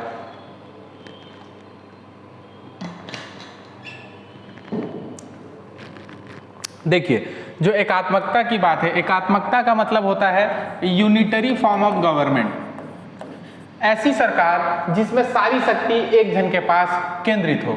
जबकि संघीय व्यवस्था जो है उसका मतलब है या तो फेडरलिज्म समझ लो इसको आप, या तो यूनियन समझ लो, है ना, यूनियन समझ लो। मतलब कि बहुत आसान भाषा में बताऊं तो एकात्मकता मतलब कि एकात्म, इसको शब्द से ही पकड़ो कि एक व्यक्ति या एक संस्थान के पास में सारी शक्ति सीमित है। लेकिन संघीय व्यवस्था, फेडरलिज्म का कॉन्सेप्ट क्या बोलता है, डिस्ट्रीब्यूशन ऑफ पावर, शक्तियों के विभाजन की बात करता है। तो आप सब जानते हैं भारत में केंद्र सरकार है, राज्य सरकार है और तमाम स्थानीय निकाय हैं, पंचायत और नगरीय निकाय आदि। तो आप पाएंगे कि केंद्र सरकार के पास कुछ शक्तियां हैं, फिर कुछ शक्तियां राज्य सरकार के पास हैं और कुछ शक्तियां पंचायतों को दिया गया है। तो अब हमको ये देखना है कि भारत जो सरकार है, भारत का जो संविधान है वो कैसे संघीय व्यवस्था होने के बावजूद भी एकात्मकता की ओर झुकाव रखता है, तो इसको हम समझेंगे। तो आपसे अगर आधिकारिक रूप से पूछे कि भारतीय संविधान कैसे सरकार की व्यवस्था करता है, तो संघीय सरकार की व्यवस्था करता है। इससे पहले हमने क्या पाया कि संसदीय प्रणाली है हमारे यहाँ पे भारत में, और सरकार कैसी है, तो संघीय सरकार है। संघीय सरकार को मैंने समझाया आपको कि इसमें शक्तियों के विभाजन की बात कही जाएगी। संघ के सभी लक्षण हमारे यहाँ मौजूद हैं, जाहिर सी बात है। देखिए 2 या 3 स्तरीय सरकार है, तो तीनों स्तर में शक्तियों का विभाजन है। अगला जो पॉइंट है वही शक्तियों के विभाजन की बात करता है। इसके अलावा आप पाएंगे लिखित संविधान है, संविधान की सर्वोच्चता है। मतलब कि लिखित संविधान है, इसका क्या मतलब है कि जो हमारे देश का मुखिया है वो संविधान के विपरीत जाकर के या ऐसी चीजें नहीं कर सकता जो आपके संविधान में मेंशन नहीं है। संविधान ही सर्वोच्च है हमारे देश में, संविधान में जो चीजें मेंशन है वही करोगे, और संविधान से ऊपर राष्ट्रपति भी नहीं है, ना ही तो प्रधानमंत्री हैं। तो ये सारी चीजें क्या है, फेडरलिज्म को बताता है, मतलब सबको बराबर स्तर में ला करके खड़ा करता है, शक्तियों के विभाजन की बात करता है केंद्र और राज्य और पंचायतों के बीच में। आप पाएंगे कि यहाँ पे न्यायपालिका स्वतंत्र है हमारे देश में। अगला जो विशेषता है वो न्यायपालिका के स्वतंत्रता के ऊपर ही है। इसके अलावा आप पाएंगे द्विसदनीयता, मतलब कि आप देख ही सकते हैं कि हमारा जो संसद है वो कैसा है, राज्यसभा है वहाँ पे, और पाएंगे कि लोकसभा है, ठीक है। तो ये 2 सदन है कि नहीं है, इसे अंग्रेजी में बाइकैमरलिज्म बोला जाता है। अब बाइकैमरलिज्म का कॉन्सेप्ट भी हमने कहाँ से लिया है, अगर आपसे पूछा जाता है एग्जाम में तो आपको आंसर लेना है कहाँ से, ब्रिटेन से, ठीक है। तो ऐसी व्यवस्थाएं हैं, और ये सब किस चीज़ की ओर लक्षण इशारा करते हैं कि हमारा संविधान जो है संघीय संविधान है, ठीक है, संघीय व्यवस्था है हमारे यहाँ सरकार की। अब देखते हैं कि यद्यपि भारतीय संविधान में बड़ी संख्या में गैर संघीय लक्षण भी विद्यमान है, मतलब कि एकात्मकता वाले लक्षण भी विद्यमान हैं, फिर भी जो है हम वास्तविक में कैसे हैं, तो संघीय व्यवस्था वाली सरकार हमारे यहाँ है। तो एकात्मकता वाला क्या क्या लक्षण है हमारे यहाँ उसको देख लेते हैं। तो हम समझें अगर तो सशक्त केंद्र है हमारे यहाँ। आप सब जानते हैं केंद्र सरकार सबसे ज़्यादा मजबूत है हमारे भारत देश में, राज्य सरकारों से तो बहुत ही ज़्यादा मजबूत है।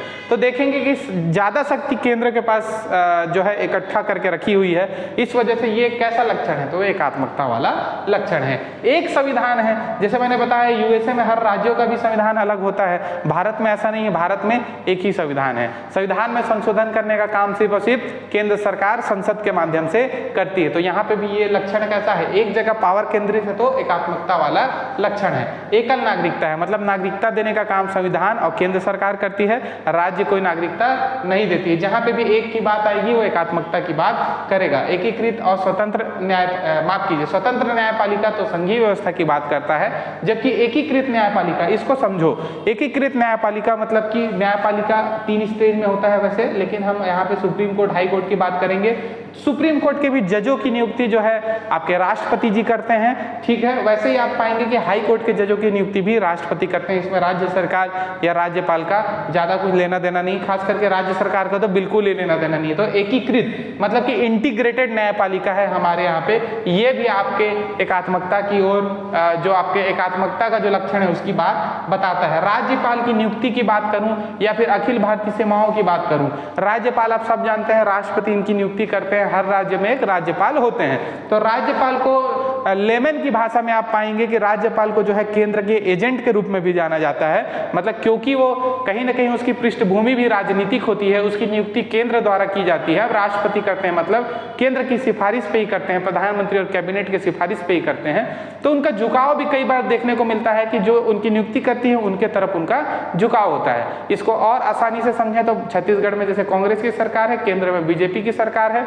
अब बीजेपी किसी राज्यपाल की नियुक्ति करती है जिनकी पृष्ठभूमि बीजेपी की रही है। तो अब बीजेपी मतलब कि केंद्र की सरकार कुछ कार्यों को जो है, जो राज्य सरकार यहाँ पे कर रही है, जैसे कि मान लीजिए गोबर बेचने का काम या फिर 2600 रुपए धान प्रति क्विंटल देने का काम, उसको रुकवाना चाहे राज्यपाल के माध्यम से तो कई कामों को रुकवा सकती है। तो इस तरीके से हम देखते हैं कि केंद्र अपना कंट्रोल राज्यपाल के माध्यम से राज्यों में रखता है। तो ये भी कैसा लक्षण है, तो एकात्मकता की झुकाव को दिखाता है, एकात्मकता वाला लक्षण है। अखिल भारतीय सेवाएं मतलब कि IAS, IPS, IFS जो होते हैं अधिकारी, उनका जो रिक्रूटमेंट का काम है यूपीएससी करता है, आप सब जानते हैं। फिर उनकी ट्रेनिंग जो है वो यूपीएससी के माध्यम से और केंद्र सरकार की गाइडलाइंस आदि में होता है। तो कहने का मतलब अखिल भारतीय सेवाओं के अधिकारियों की जो नियुक्ति और तमाम ट्रेनिंग है और उनकी जो पोस्टिंग आदि है वो कौन करता है, तो केंद्र सरकार करता है। अब केंद्र सरकार चाहे तो उनके माध्यम से जो है बहुत सारी चीज़ों को रोकने का काम या फिर अपने पॉलिसीज को इम्प्लीमेंट कराने का काम भी राज्यों में करवा सकता है, क्योंकि ये आईएएस आईपीएस भविष्य में ट्रेनिंग पूरा करने के बाद राज्यों में ही जाते हैं कैडर, अपने अपने कैडर में काम करने के लिए। अब मान लीजिए दोनों जगह अपोजिशन पार्टी है, राज्य में और केंद्र में, और केंद्र सरकार किसी प्रकार से दबाव बना करके या फिर किसी प्रकार से कुछ काम कराना चाहे तो एक तो वो करा सकता है। राज्य सरकार ज़्यादा से ज़्यादा अखिल भारतीय सेवा के अधिकारियों को सस्पेंड करने का काम कर सकता है, बर्खास्त नहीं कर सकता। ज़्यादा से ज़्यादा सस्पेंड या ट्रांसफर करेगा। बर्खास्तगी का पावर भी किसके पास है, केंद्र के पास है। इसके अलावा आप देखेंगे कि सभी अखिल भारतीय सेवा के अधिकारियों की ट्रेनिंग एक समान होती है, तो जैसी ट्रेनिंग उनको केंद्र देगा वो संचालन आ करके आपके प्रशासन का संचालन उसी प्रकार से राज्यों में करते हैं। तो इस प्रकार भी आप पाएंगे कि पूरे देश में जो है, क्योंकि केंद्र का ही बोलबाला रहता है, ये भी एक ऐसा लक्षण है, तो एकात्मकता वाला लक्षण है। तो इस प्रकार से हमारा देश पूरी तरीके से संघीय व्यवस्था तो है, लेकिन आप पाएंगे कि उसका झुकाव एकात्मकता की ओर भी है। स्टेटमेंट बेस्ड यहाँ से सवाल बना सकता है कि हमारा देश क्या एकात्मकता की झुकाव के साथ संघीय व्यवस्था वाला देश है, या फिर हमारा देश एकात्मकता वाला देश है, हमारा देश पूर्णतः संघीय व्यवस्था वाला देश है, या इनमें से कोई नहीं। तो आपको आंसर लेना है कि एकात्मकता की झुकाव के साथ संघीय व्यवस्था वाला देश है। चलिए अगला देखेंगे स्वतंत्र न्यायपालिका। जैसे इससे पहले हमने देखा इंटीग्रेटेड जुडिशरी, मतलब कि एकीकृत न्यायपालिका की सुप्रीम कोर्ट और हाई कोर्ट सभी के जजों की नियुक्ति है, उनको पद से हटाने का काम सब राष्ट्रपति जी करते हैं। अब स्वतंत्र न्यायपालिका की बात करते हैं। तो देखिए मैं बताता ही चल रहा हूँ कि भारत में सुप्रीम कोर्ट है, हाई कोर्ट है, इसके अलावा अधीनस्थ न्यायालय, मतलब कि आप जब अपने जिला मुख्यालय में जाएंगे कभी घूमते फिरते कलेक्टोरेट के आसपास चाय पीने, तो आप देखेंगे कि जिला एवं सत्र न्यायालय रहता है, वहाँ पे निचली अदालत रहती है, सिविल न्यायालय रहता है, परिवार वध के लिए अलग न्यायालय रहता है। तो वही सब अधीनस्थ न्यायालय, जिला स्तर पे जो न्यायालय होता है वो। तो 3 स्तर के न्यायालय हैं, सबसे पहली बात तो ये। अब सुप्रीम कोर्ट जो है उसके बारे में एक फैक्ट बता दूं कि वो आपके मौलिक अधिकार और संविधान के रक्षा की गारंटी देता है। सबसे पहले मौलिक अधिकार की रक्षा की गारंटी कौन लेता है अगर आपसे पूछेगा तो आपको सुप्रीम कोर्ट, सर्वोच्च न्यायालय याद रखना है। उसी प्रकार संविधान का संरक्षक कौन है अगर आपसे पूछता है तो इसका भी आंसर आपको सुप्रीम कोर्ट लेना है। ये दोनों स्टेटमेंट सवाल बना करके कई बार पूछा हुआ है आपके एग्जाम में, ठीक है। तो क्योंकि सर्वोच्च न्यायालय जो है आपके मौलिक अधिकारों का संरक्षक है, मौलिक अधिकारों की रक्षा की गारंटी देता है और संविधान के संरक्षक के रूप में कार्य करता है, इसी वजह से सर्वोच्च न्यायालय की स्वतंत्रता बहुत ज़्यादा जरूरी है। अब स्वतंत्रता मतलब क्या, भाई वो आज़ाद होकर हमारे देश से दूर थोड़े ना जाना चाहता है। स्वतंत्रता का मतलब है कार्यपालिका और विधायिका से उसको अलग रखना है, मतलब वहाँ पे मंत्री और सांसद लोगों का इंटरफेरेंस मत हो, ना तो उनकी नियुक्ति में, ना तो उनकी सैलरी में, और ना तो किसी भी प्रकार से उनसे कोई कॉन्टेक्ट हो, किसका, नेताओं का, मंत्रियों का। तो इस प्रकार से हमको स्वतंत्र रखने की बात यहाँ पे कही जा रही है। और स्वतंत्र रहेंगे तभी वो निष्पक्ष होकर के कोई फैसला दे सकते हैं, ठीक है। तो हम देखते हैं किस प्रकार से उनकी स्वतंत्रता को निश्चित किया जाता है। वैसे अगर मैं सुप्रीम कोर्ट की बात करूं तो सर्वोच्च न्यायालय का जिक्र जो है अनुच्छेद 124 में है। तो ये भी याद रखने की बात है कि अनुच्छेद 124 में सर्वोच्च न्यायालय है, जबकि उच्च न्यायालय जो है 214 में दिया गया है, ठीक है। तो ये अनुच्छेद से भी सीधा सवाल पूछता है कि किस अनुच्छेद में सर्वोच्च न्यायालय की बात की गई है, किस अनुच्छेद में किस अनुच्छेद में जो है हाई कोर्ट की बात की गई है। तो हम देखते हैं किस प्रकार से स्वतंत्रता एश्योर्ड होता है आपके न्यायपालिका का। तो सबसे पहले देखेंगे कि न्यायाधीशों के कार्यकाल की सुरक्षा। तो आप पाएंगे सुप्रीम कोर्ट में 65 वर्ष तक आप कार्यकाल रहेगा आपका, और हाई कोर्ट में 62 वर्ष तक आप रिटायर होते हैं। तो इससे पहले आपको पद से नहीं हटाया जा सकता, और हटाया भी जाएगा तो उसकी बहुत लंबी चौड़ी प्रक्रिया है, और आज तक किसी के खिलाफ जो है महाभियोग के माध्यम से उनको नहीं हटाया गया। तो कुल मिला के उनका कार्यकाल सुरक्षित होता है। निर्धारित सेवा शर्तें हैं, उनको क्या काम करना है उनको बहुत अच्छे से पता है, उसके अलावा कोई एक्स्ट्रा काम उनको नहीं दिया जाता है। भारत की संचित निधि से सर्वोच्च न्यायालय के सभी खर्चों का वहन होता है। जो हमारा कंसोलिडेटेड फंड है, संचित निधि है, मतलब हर देश का एक संचित निधि होता है जिसमें इफरात पैसा होता है और इसी से जो है सर्वोच्च न्यायालय के सभी खर्चे निकाले जाते हैं। ये इसको समझना बहुत जरूरी इसलिए है, अगर देखिए राज्य सरकार जो है या फिर भारत सरकार जो है सुप्रीम कोर्ट या हाई कोर्ट के जजों की सैलरी देता तो फिर उनकी सैलरी में इंक्रीमेंट की बात हो, पेंशन की बात हो या फिर हर महीने सैलरी देने की बात हो, ये सब किसके हाथ में रहता? सरकार के हाथ में रहता। तो वो जो है जजों को मैनिपुलेट कर सकती थी, किसी महीने सैलरी नहीं दी, किसी महीने उनका इंक्रीमेंट रोक दी या किसी महीने सैलरी में कमी कर दी या कई साल तक, कई महीनों तक सैलरी नहीं दे रही, तो जजों का जो कार्यशैली है वो इससे प्रभावित होता। तो आप समझें कि क्योंकि संचित निधि से सैलरी जाता है तो उनका सरकार से कोई लेना देना ही नहीं है। इस तरीके से हम क्या करते हैं तो इंडिपेंडेंस, स्वतंत्रता एश्योर करते हैं न्यायपालिका का। विधायिका में न्यायाधीशों के कामकाज पर चर्चा पर रोक, जैसे आप उदाहरण के तौर पर अभी ईडब्ल्यूएस के ऊपर फैसला आया तो आप देखेंगे कि ईडब्ल्यूएस के ऊपर जो फैसला लिखा गया है उसके ऊपर संसद में जा करके उस जज, पर्टिकुलर जज ने ऐसा लिखा है, ऐसी कोई चर्चा नहीं की जा सकती। इस चीज की उनको इंडिपेंडेंस है। सेवानिवृत्ति के बाद अदालत में कामकाज करने पर रोक, जैसे कि अब सुप्रीम कोर्ट से कोई जज रिटायर हो गए तो वो आकर के हाई कोर्ट में प्रैक्टिस नहीं कर सकते हैं, ठीक है। इसी प्रकार हाई कोर्ट से रिटायर हो गए तो जाकर के जिला न्यायालय में प्रैक्टिस नहीं कर सकते हैं। इसके अलावा आप देखेंगे इसी वजह से तो उनको बहुत सारे पेंशन्स और बहुत सारी सुविधाएं दी जाती हैं ताकि उनको आफ्टर रिटायरमेंट किसी और रोजगार के लिए हेडेक मत पालना पड़े, ताकि वो जब तक रोजगार में है तब तक सही और निष्पक्ष फैसला कर सके। अवमानना के लिए दंड देने की शक्ति, अगर आप किसी भी प्रकार से अदालत या न्यायालय की अवमानना कर रहे हैं तो आपके खिलाफ दंडात्मक कार्रवाई की जा सकती है उसी अदालत में जिस अदालत के बारे में आप उल्टा सीधा बोल रहे हैं। मतलब कि अदालत के फैसले के बारे में या फिर अदालत के कार्यशैली के बारे में आप कुछ ऐसी बात कर रहे हैं जो अवमानना के श्रेणी में आएगा तो आपके खिलाफ दंडात्मक कार्रवाई की जाएगी। और कार्यपालिका से न्यायपालिका को अलग रखना जो हम लोग समझते आए ही हैं। तो इस प्रकार से आप देखें कि स्वतंत्र न्यायपालिका जो है आपके संविधान की एक विशेषता है। और स्वतंत्र न्यायपालिका हमने कहाँ से लिया है अगर ये देखा जाए तो ये भी हमने यूएसए यानी कि संयुक्त राज्य अमेरिका से लिया है। अनुच्छेदों को बिल्कुल याद रखें, न्यायपालिका कौन सा अनुच्छेद में है, स्वतंत्र न्यायपालिका हमने कहाँ से लिया है इसको याद रखें। इसके अलावा दो स्टेटमेंट जो है कि सर्वोच्च न्यायालय को जो है नागरिकों के मौलिक अधिकारों की रक्षा, सर्वोच्च न्यायालय जो है मौलिक अधिकारों की रक्षा की गारंटी देता है और दूसरा संविधान का संरक्षक भी है।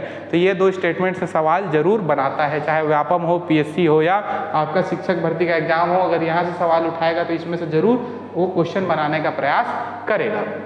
अब देखते हैं संसदीय संप्रभुता, अगली विशेषता है संसदीय संप्रभुता एवं न्यायिक सर्वोच्चता में समन्वय। हमने देखा कि न्यायालय हमारे देश में सर्वोच्च है, मतलब कि वैसे तो संविधान सर्वोच्च है लेकिन न्यायालय का अपना एक इंडिपेंडेंट बॉडी है, वही हम पढ़ते आ रहे हैं। इसके अलावा संसद भी जो है आपका संप्रभु है, मतलब कि वो भी बहुत सारे फैसले लेने के लिए फ्री है। हम देखें कि दोनों के बीच में बैलेंस कैसे बनाया है हमारे संविधान ने। तो सर्वोच्च न्यायालय जहां न्यायिक समीक्षा की शक्तियों के तहत संसदीय कानूनों को असंवैधानिक घोषित कर सकती है, वहीं दूसरी ओर संसद भी जो है अपनी संवैधानिक शक्तियों के बल पर संविधान के बड़े भाग को संशोधित कर सकती है। इसी वजह से हम देखते हैं कि संविधान निर्माताओं ने दोनों के बीच में उचित संतुलन बनाने को प्राथमिकता दी है। कहने का मतलब संसद के द्वारा कोई कानून बनाया गया वो किसी भी प्रकार से संविधान के खिलाफ है, मौलिक अधिकारों का हनन करता है, तो उसको न्यायिक पुनर्विलोकन के माध्यम से न्यायालय जो है उसको शून्य घोषित कर सकता है। तो ये तो न्यायालय का पावर हो गया।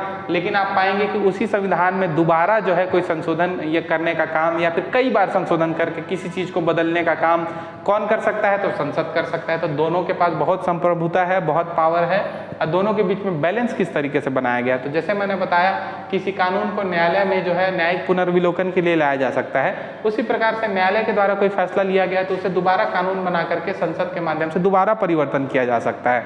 तो दोनों के बीच में बैलेंस है और चेक एंड बैलेंस है। इसी वजह से हम ये भी देख पाते हैं कि कभी भी दोनों जो है अपने जो कार्य क्षेत्र है, अपना जो अधिकार क्षेत्र है उससे बाहर जाने का प्रयास नहीं करते हैं। ठीक है, तो ये एक और विशेषता थी। अब हम देखेंगे इंडिपेंडेंट बॉडीज के बारे में देखेंगे, स्वतंत्र निकाय के बारे में देखेंगे। स्वतंत्र निकाय किसी भी देश के लिए बहुत ज़्यादा जरूरी होते हैं, क्योंकि अगर ऐसे निकाय नहीं होंगे तो आपके देश का प्रशासन चलाना बहुत ज़्यादा मुश्किल हो जाएगा। तो हम सबसे पहले देखेंगे इलेक्शन कमीशन के बारे में। इलेक्शन कमीशन के बारे में अनुच्छेद 326 में बताया गया है। अनुच्छेद 326 में इलेक्शन कमीशन के बारे में बताया गया है। ये बताता है कि भारत में एक इलेक्शन कमीशन होगा और एक इलेक्शन कमिश्नर होगा। मतलब इलेक्शन कमीशन का मतलब निर्वाचन आयोग, और ये 326 बोलता है कि भारत का एक मुख्य निर्वाचन आयुक्त होगा। तो ये 326 बताता है भारत का एक मुख्य निर्वाचन आयुक्त होगा, और वर्तमान में मुख्य निर्वाचन आयुक्त जो है वो हैं आपके राजीव कुमार। ठीक, राजीव कुमार। तो ये भी बताता है कि जो हमारा निर्वाचन आयोग है वो 3 सदस्यीय होगा, 3 सदस्यों वाला होगा। ठीक है, कितने सदस्य होंगे? 3 सदस्य होंगे हमारे निर्वाचन आयोग में। निर्वाचन आयोग 3 सदस्य वाला होगा, जिसमें एक तो होंगे आपके मुख्य निर्वाचन आयोग, अब बाकी जो 2 रहेंगे वो निर्वाचन आयुक्त। एक तो होंगे मुख्य निर्वाचन आयुक्त, अब बाकी जो 2 रहेंगे वो भी निर्वाचन आयुक्त रहेंगे। तो इलेक्शन कमीशन को क्यों फ्री रखना है, क्यों स्वतंत्र रखना है, इसको आप समझिए। अगर इलेक्शन कमीशन स्वतंत्र नहीं रहेगा तो देश में चुनाव जो है वो निष्पक्ष तरीके से नहीं हो पाएंगे। इसलिए हमें इलेक्शन कमीशन को स्वतंत्र रखने की जरूरत है, और तभी तो हम विश्व के सबसे बड़े लोकतंत्र बने रह सकते हैं। दूसरा, अगर आप देखोगे CAG मतलब controller and auditor general of India, इनके बारे में अनुच्छेद 148 में बताया गया है। वैसे तो 148 से 151 तक इनका जिक्र है, लेकिन भारत का एक CAG होगा, भारत का एक लेखा एवं एक मिनट मैं लिख देता हूँ, नियंत्रक एवं महालेखा परीक्षक। ठीक है, महालेखा परीक्षक। तो ये है आपके नियंत्रक एवं महालेखा परीक्षक, मतलब कि CAG अनुच्छेद 148 में इनका जिक्र है। ये क्या करते हैं, तो सभी राज्यों के और केंद्र के जितने भी अकाउंट्स होते हैं, साल भर उन्होंने जितना भी बजट बनाया था उसमें जो भी खर्चा किया है उनका ऑडिट करने का काम करते हैं। तो ये होते हैं आपके नियंत्रक एवं महालेखा परीक्षक। वर्तमान में आपके भारत के CAG कौन है, अगर मैं बोलूं तो वर्तमान में आपके भारत के CAG हैं गिरीश चंद्र मुर्मू। तो इनका नाम भी याद रखें बिल्कुल। ये आपके लद्दाख, जो आपका वर्तमान में केंद्र शासित प्रदेश है, तो लद्दाख के पहले एडमिनिस्ट्रेटर या गवर्नर भी ये बनाए गए थे। ठीक है, तो देखिए CAG को स्वतंत्र रखने की क्या जरूरत है, स्वतंत्र कैसे रखा जाता है? इनके सभी अध्यक्ष, जैसे कि चीफ इलेक्शन कमिश्नर है, मुख्य निर्वाचन आयुक्त, आपके नियंत्रक एवं महालेखा परीक्षक है, इनकी नियुक्ति, दोनों की नियुक्ति राष्ट्रपति ही करेंगे। पद से हटाने का काम भी राष्ट्रपति ही करेंगे। तो इस तरीके से इनका बहुत ज़्यादा इनका जो जॉब रहता है वो सिक्योर होता है। इन सब का खर्चा जो है वो संचित निधि से आता है। ठीक है, तो इस तरीके से इनके स्वतंत्रता को हम एश्योर करते हैं। और CAG को स्वतंत्र रखना इसलिए जरूरी है ताकि वो देश भर में किसी सेक्टर में किए जाने वाले खर्चे का वास्तविक पिक्चर जो है जनता और संसद के सामने रख सके, ताकि सरकार सही से खर्च कर रही है या नहीं कर रही है, किसी सेक्टर में वो फेल तो नहीं हो रही है खर्च करने में, या किसी सेक्टर में ज़्यादा तो नहीं खर्च कर रही है। इसके बारे में संसद को और देश को पता चल सके, ताकि उसमें सुधार करके वापस उसको ट्रैक में लाया जा सके। इसलिए CAG को स्वतंत्र रखना बहुत ज़्यादा जरूरी है। अगला जो टॉपिक है स्वतंत्र निकाय में, वो है आपका UPSC और स्टेट PSC, संघ लोक सेवा आयोग, राज्य लोक सेवा आयोग। संघ लोक सेवा आयोग के वर्तमान अध्यक्ष हैं आपके मनोज सोनी जी। ठीक है, UPSC क्या कार्य करती है, तो IAS IPS IFS IRS इन लोगों की नियुक्ति करती है। तो इनकी नियुक्ति निष्पक्ष तौर पे हो, क्योंकि इन्हें देश का रीढ़ कहा जाता है, यही देश का प्रशासन चलाते हैं। अब इसमें प्रशासन में अच्छे लोगों का होना जरूरी है, तो यही कार्य अच्छे से हो सके, बिना किसी दबाव के हो सके, इस वजह से UPSC स्टेट PSC को भी स्वतंत्र निकाय का दर्जा दिया गया है। UPSC के अध्यक्ष हों चाहे स्टेट PSC के अध्यक्ष हों, है ना, UPSC के अध्यक्ष और उपाध्यक्ष, मतलब कि जितने भी सदस्य हैं, UPSC के अध्यक्ष हैं मनोज सोनी जैसे, वैसे ही और बहुत सारे सदस्य हैं। तो इनकी नियुक्ति करने का काम देखिए आप राष्ट्रपति ही करेंगे, इनको पद से हटाने का काम भी राष्ट्रपति करेंगे। 65 वर्ष इनकी रिटायरमेंट की उम्र है। वैसे स्टेट PSC के बारे में आप देखें तो स्टेट PSC के अध्यक्ष और सदस्यों की नियुक्ति तो जरूर राज्यपाल करेंगे, लेकिन इनको भी पद से हटाने का काम आपके राष्ट्रपति करेंगे। जितनी चीजें बोल रहा हूँ नोट करते चलें। स्टेट PSC के अध्यक्ष और सदस्यों की नियुक्ति जरूर राज्यपाल करेंगे, लेकिन उनको पद से हटाने का काम राष्ट्रपति ही करेंगे। इस तरीके से हम देखते हैं कि कैसे इनको स्वतंत्र निकाय का दर्जा दिया गया है, स्वतंत्र निकाय के तौर पर रखा गया है। तो election commission 326, CAG 148, UPSC state PSC जो है आपका क्या कार्य करती है, तो ऑल इंडिया सर्विसेज में अधिकारियों का चयन करती है। ऑल इंडिया सर्विसेज मतलब अखिल भारतीय सेवाएं, अखिल भारतीय सेवाएं, और अखिल भारतीय सेवाओं के बारे में जो है अनुच्छेद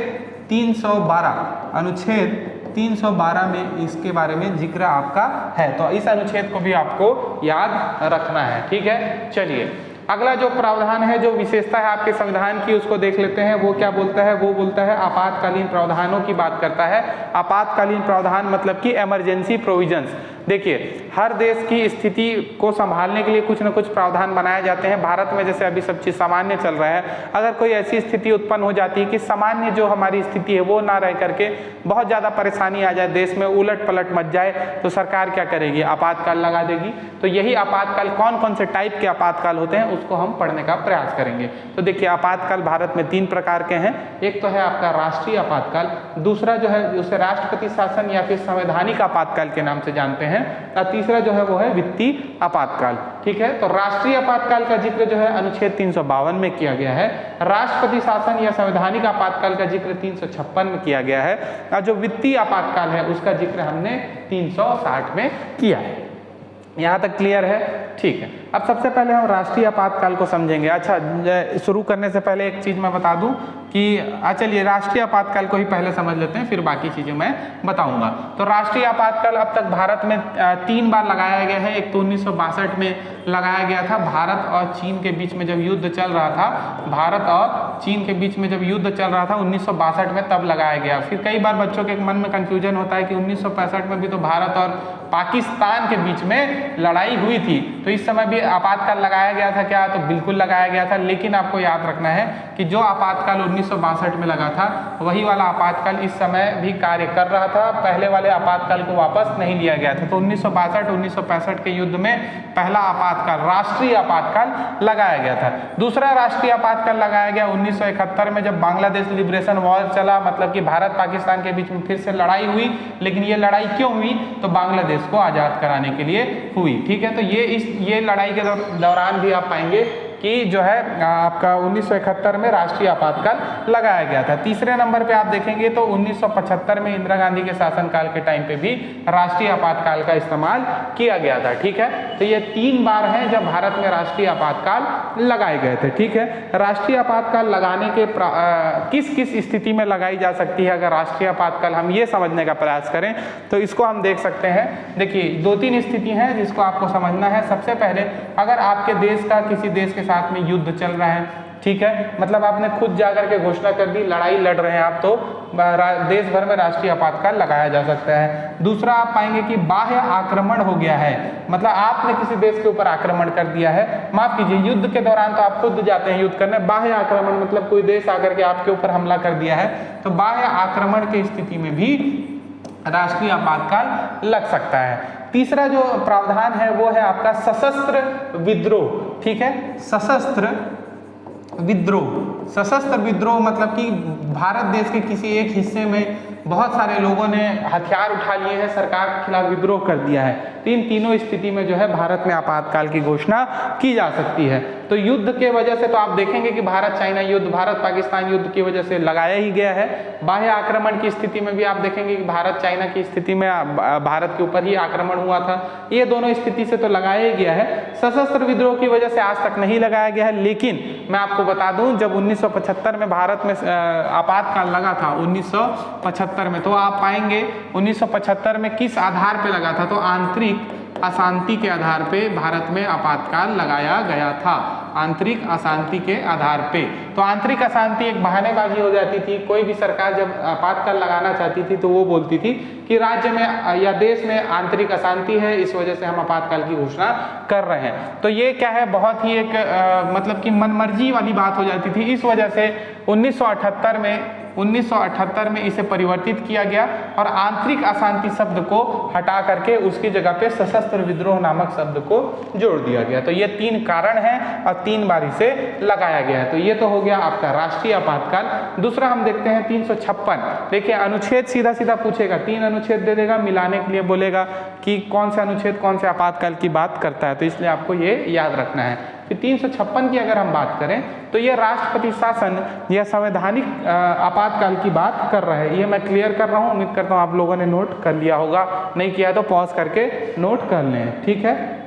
अब हम बात करेंगे राष्ट्रपति शासन या राज्यों में संवैधानिक तंत्र की असफलता की वजह से लगाए जाने वाले आपातकाल के बारे में। मतलब कि मैं बता दूं आपको ये क्या बोल रहा है।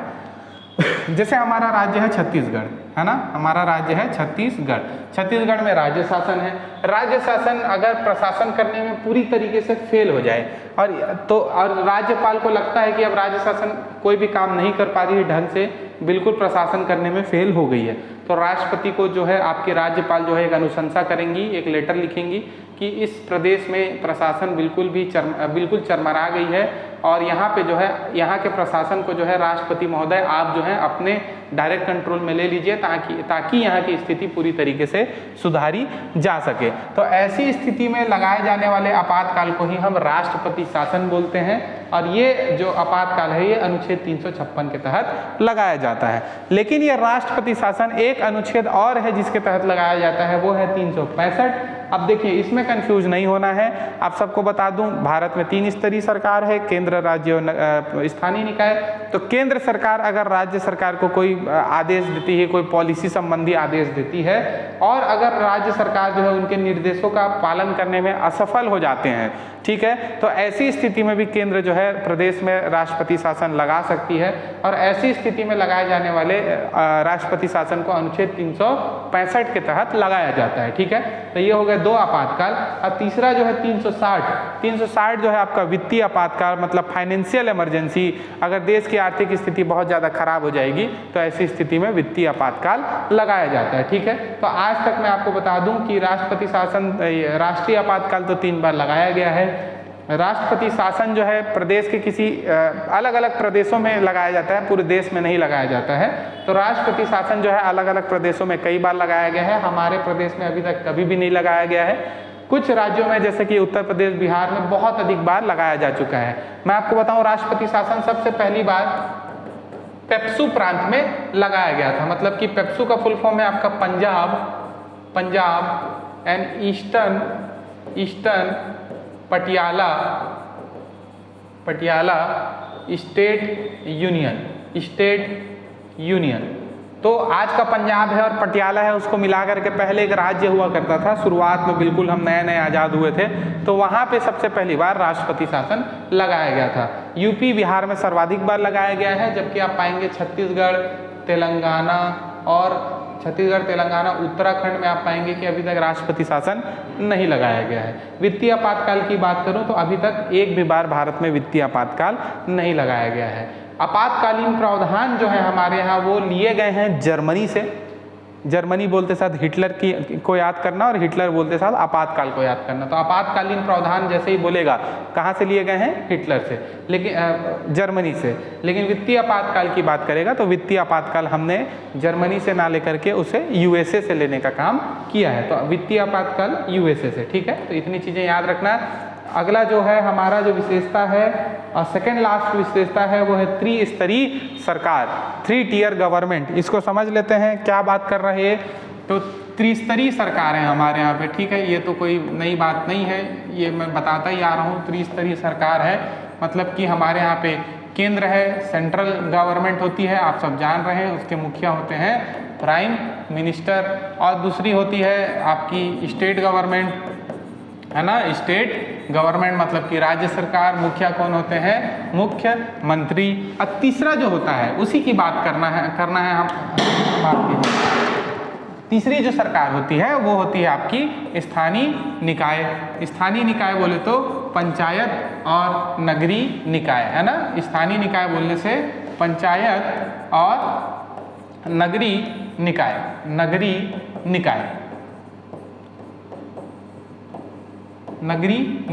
यहाँ पे बताता चलो, पंचायत मूल संविधान में मेंशन नहीं था। ऐसे तो पंचायत आदि अनादि काल से चल रहा है भारत में। अलग अलग जगह पे अलग अलग प्रकार की पंचायतें मिलती हैं, कहीं खाप पंचायत, कहीं जातीय पंचायत मिलती हैं, लेकिन उस पंचायतों को कोई संवैधानिक मान्यता नहीं थी। भारत आज़ाद हुआ, आज़ाद होने के बाद में पंचायतों को संवैधानिक मान्यता ना होने की वजह से कहीं राज्य सरकार का मन करता था तो वो पंचायत का गठन कर देती थी, कहीं नहीं करती थी। आज अगर आप कहीं गाँव में रहते होंगे तो पंचायत बहुत सशक्त है, इस बारे में आप परिचित होंगे। तो पंचायतों को संवैधानिक दर्जा देने का काम जो है आपके पहली बात तो 11वीं अनुसूची में किया गया। हम लोगों ने याद करो शुरुआत में मूल संविधान में 8 अनुसूची पढ़े और वर्तमान में 12 अनुसूची हैं। तो 11वीं अनुसूची में पंचायतों को जोड़ा गया। तो एक बात तो ये याद रखेंगे, ठीक है। कौन से संविधान संशोधन के तहत जोड़ा गया? तो 73वें संविधान संशोधन 1992 से इसे जोड़ा गया। पंचायतों में कुल विषयों की संख्या अगर पूछा जाए तो 29 विषय आपके पंचायत में दिए गए हैं। तो इतनी चीजें पंचायत संबंधी याद रखें। और नगरीय निकाय संबंधी बात करूं तो जस्ट इसके बाद 11वीं अनुसूची, तो यहाँ पे 12वीं अनुसूची में नगरीय निकाय की बात की गई है। 73वां संविधान संशोधन, तो 74वें संविधान संशोधन की बात नगरीय निकाय, मतलब कि नगरीय निकाय को 74वें संविधान संशोधन से जोड़ा गया। 29 विषय, तो यहाँ 18 विषय। अब ये मैं क्यों बता रहा हूँ? क्योंकि ये जो है विकेंद्रीकरण को दर्शाता है, त्रिस्तरीय सरकार, और इससे जो है प्रशासन बेहतर होता है आम जनता तक। आम जनता का जो है प्रशासन के पास पहुँच जो है अधिक बढ़ता है, ठीक है। तो त्रिस्तरीय सरकार संविधान की एक विशेषता है। इसके अलावा भी पंचायत नगरीय निकाय को डिटेल में जब हम लोग पढ़ेंगे, छत्तीसगढ़ में आपको पढ़ाया जाएगा, तब आपको इसको और डिटेल में कराया जाएगा। फिलहाल यहाँ से सवाल पूछेगा कि पंचायतों को कौन से अनुसूची में रखा गया, तो 11वीं अनुसूची याद रखना है। कौन से संशोधन से जोड़ा गया, तो 73वां। कितने विषय हैं, तो 29। नगरीय निकाय के बारे में भी यही सवाल पूछा जाएगा कि कौन से अनुसूची में है, तो 12वीं। कौन सा संशोधन, 74वां। और कितने विषय हैं, तो 18। तो इतने फैक्ट्स आपको त्रिस्तरीय सरकार के बारे में याद रखना है। चलिए अब आज का अंतिम टॉपिक और संविधान की विशेषता के बहुत ही महत्वपूर्ण टॉपिक पे हम आ गए हैं, जो बोलता है कि संविधान को जो विभिन्न स्रोतों से हमने लिया है उसके बारे में बात करेंगे हम यहाँ पे। तो कौन कौन से स्रोत से हमने लिया है ये देख लेते हैं। देखिए सबसे पहली बात तो भारत का संविधान जो है उसका सबसे बड़ा जो स्रोत है वो है भारत शासन अधिनियम 1935। कौन सा, तो भारत शासन अधिनियम 1935। जब अंग्रेजों का शासन था तो वो लोग देश की संचालन के लिए 20-20 साल 10-10 साल में कुछ ना कुछ कानून बनाते थे। तो वैसे ही एक कानून बनाया गया था जिसका नाम था भारत शासन अधिनियम 1935। तो हमारे जो मूल संविधान है उसका आप पाएंगे कि 60 से 70% हिस्सा जो है यहीं से लिया गया है, भारत शासन अधिनियम 1935 से। तो ये तो हो गया आपका पहला फैक्ट। इसके अलावा आप देखेंगे अलग अलग देशों से हमने इसे लेने का काम किया है, तो उसको हम एक एक करके समझते हैं। सबसे पहले हम देखें, क्योंकि हम आज़ाद हुए थे किससे, ब्रिटेन से, तो हम ब्रिटेन को सबसे पहले देख लेते हैं। ब्रिटेन में अगर आप बात करें तो देखिए एकल नागरिकता, मैंने बताया देश की एक नागरिकता, तो ये तो हमने देखा ही कि ब्रिटेन से लिया है। विधि का शासन, rule of law, rule of law मतलब कि कानून का शासन होगा, विधि का शासन होगा, ये भी हमने ब्रिटेन से लिया है। द्विसदनात्मिकता मतलब कि 2 सदन होगा, बाईकैमरलिज्म होगा, ठीक है, बाईकैमरलिज्म। द्विसदनात्मिकता मतलब कि 2 सदन होंगे, बाईकैमरलिज्म मतलब कि राज्यसभा लोकसभा होगा। इसकी बात देखो हमने कहाँ से लिया है, ये भी हमने ब्रिटेन से लिया है। संसदीय स्वरूप, संसदीय स्वरूप हमारी सरकार कैसी है, संसदीय सरकार है, संसदीय स्वरूप है हमारे सरकार का, ये भी कॉन्सेप्ट हमने कहाँ से लिया है, ब्रिटेन से लिया है। तो इसको आसानी से हमको समझते हुए चलना है, ठीक है। तो ये हो गया ब्रिटेन। अब देख लेते हैं, हाँ एक चीज और बहुत इंपॉर्टेंट, राष्ट्रपति का पद।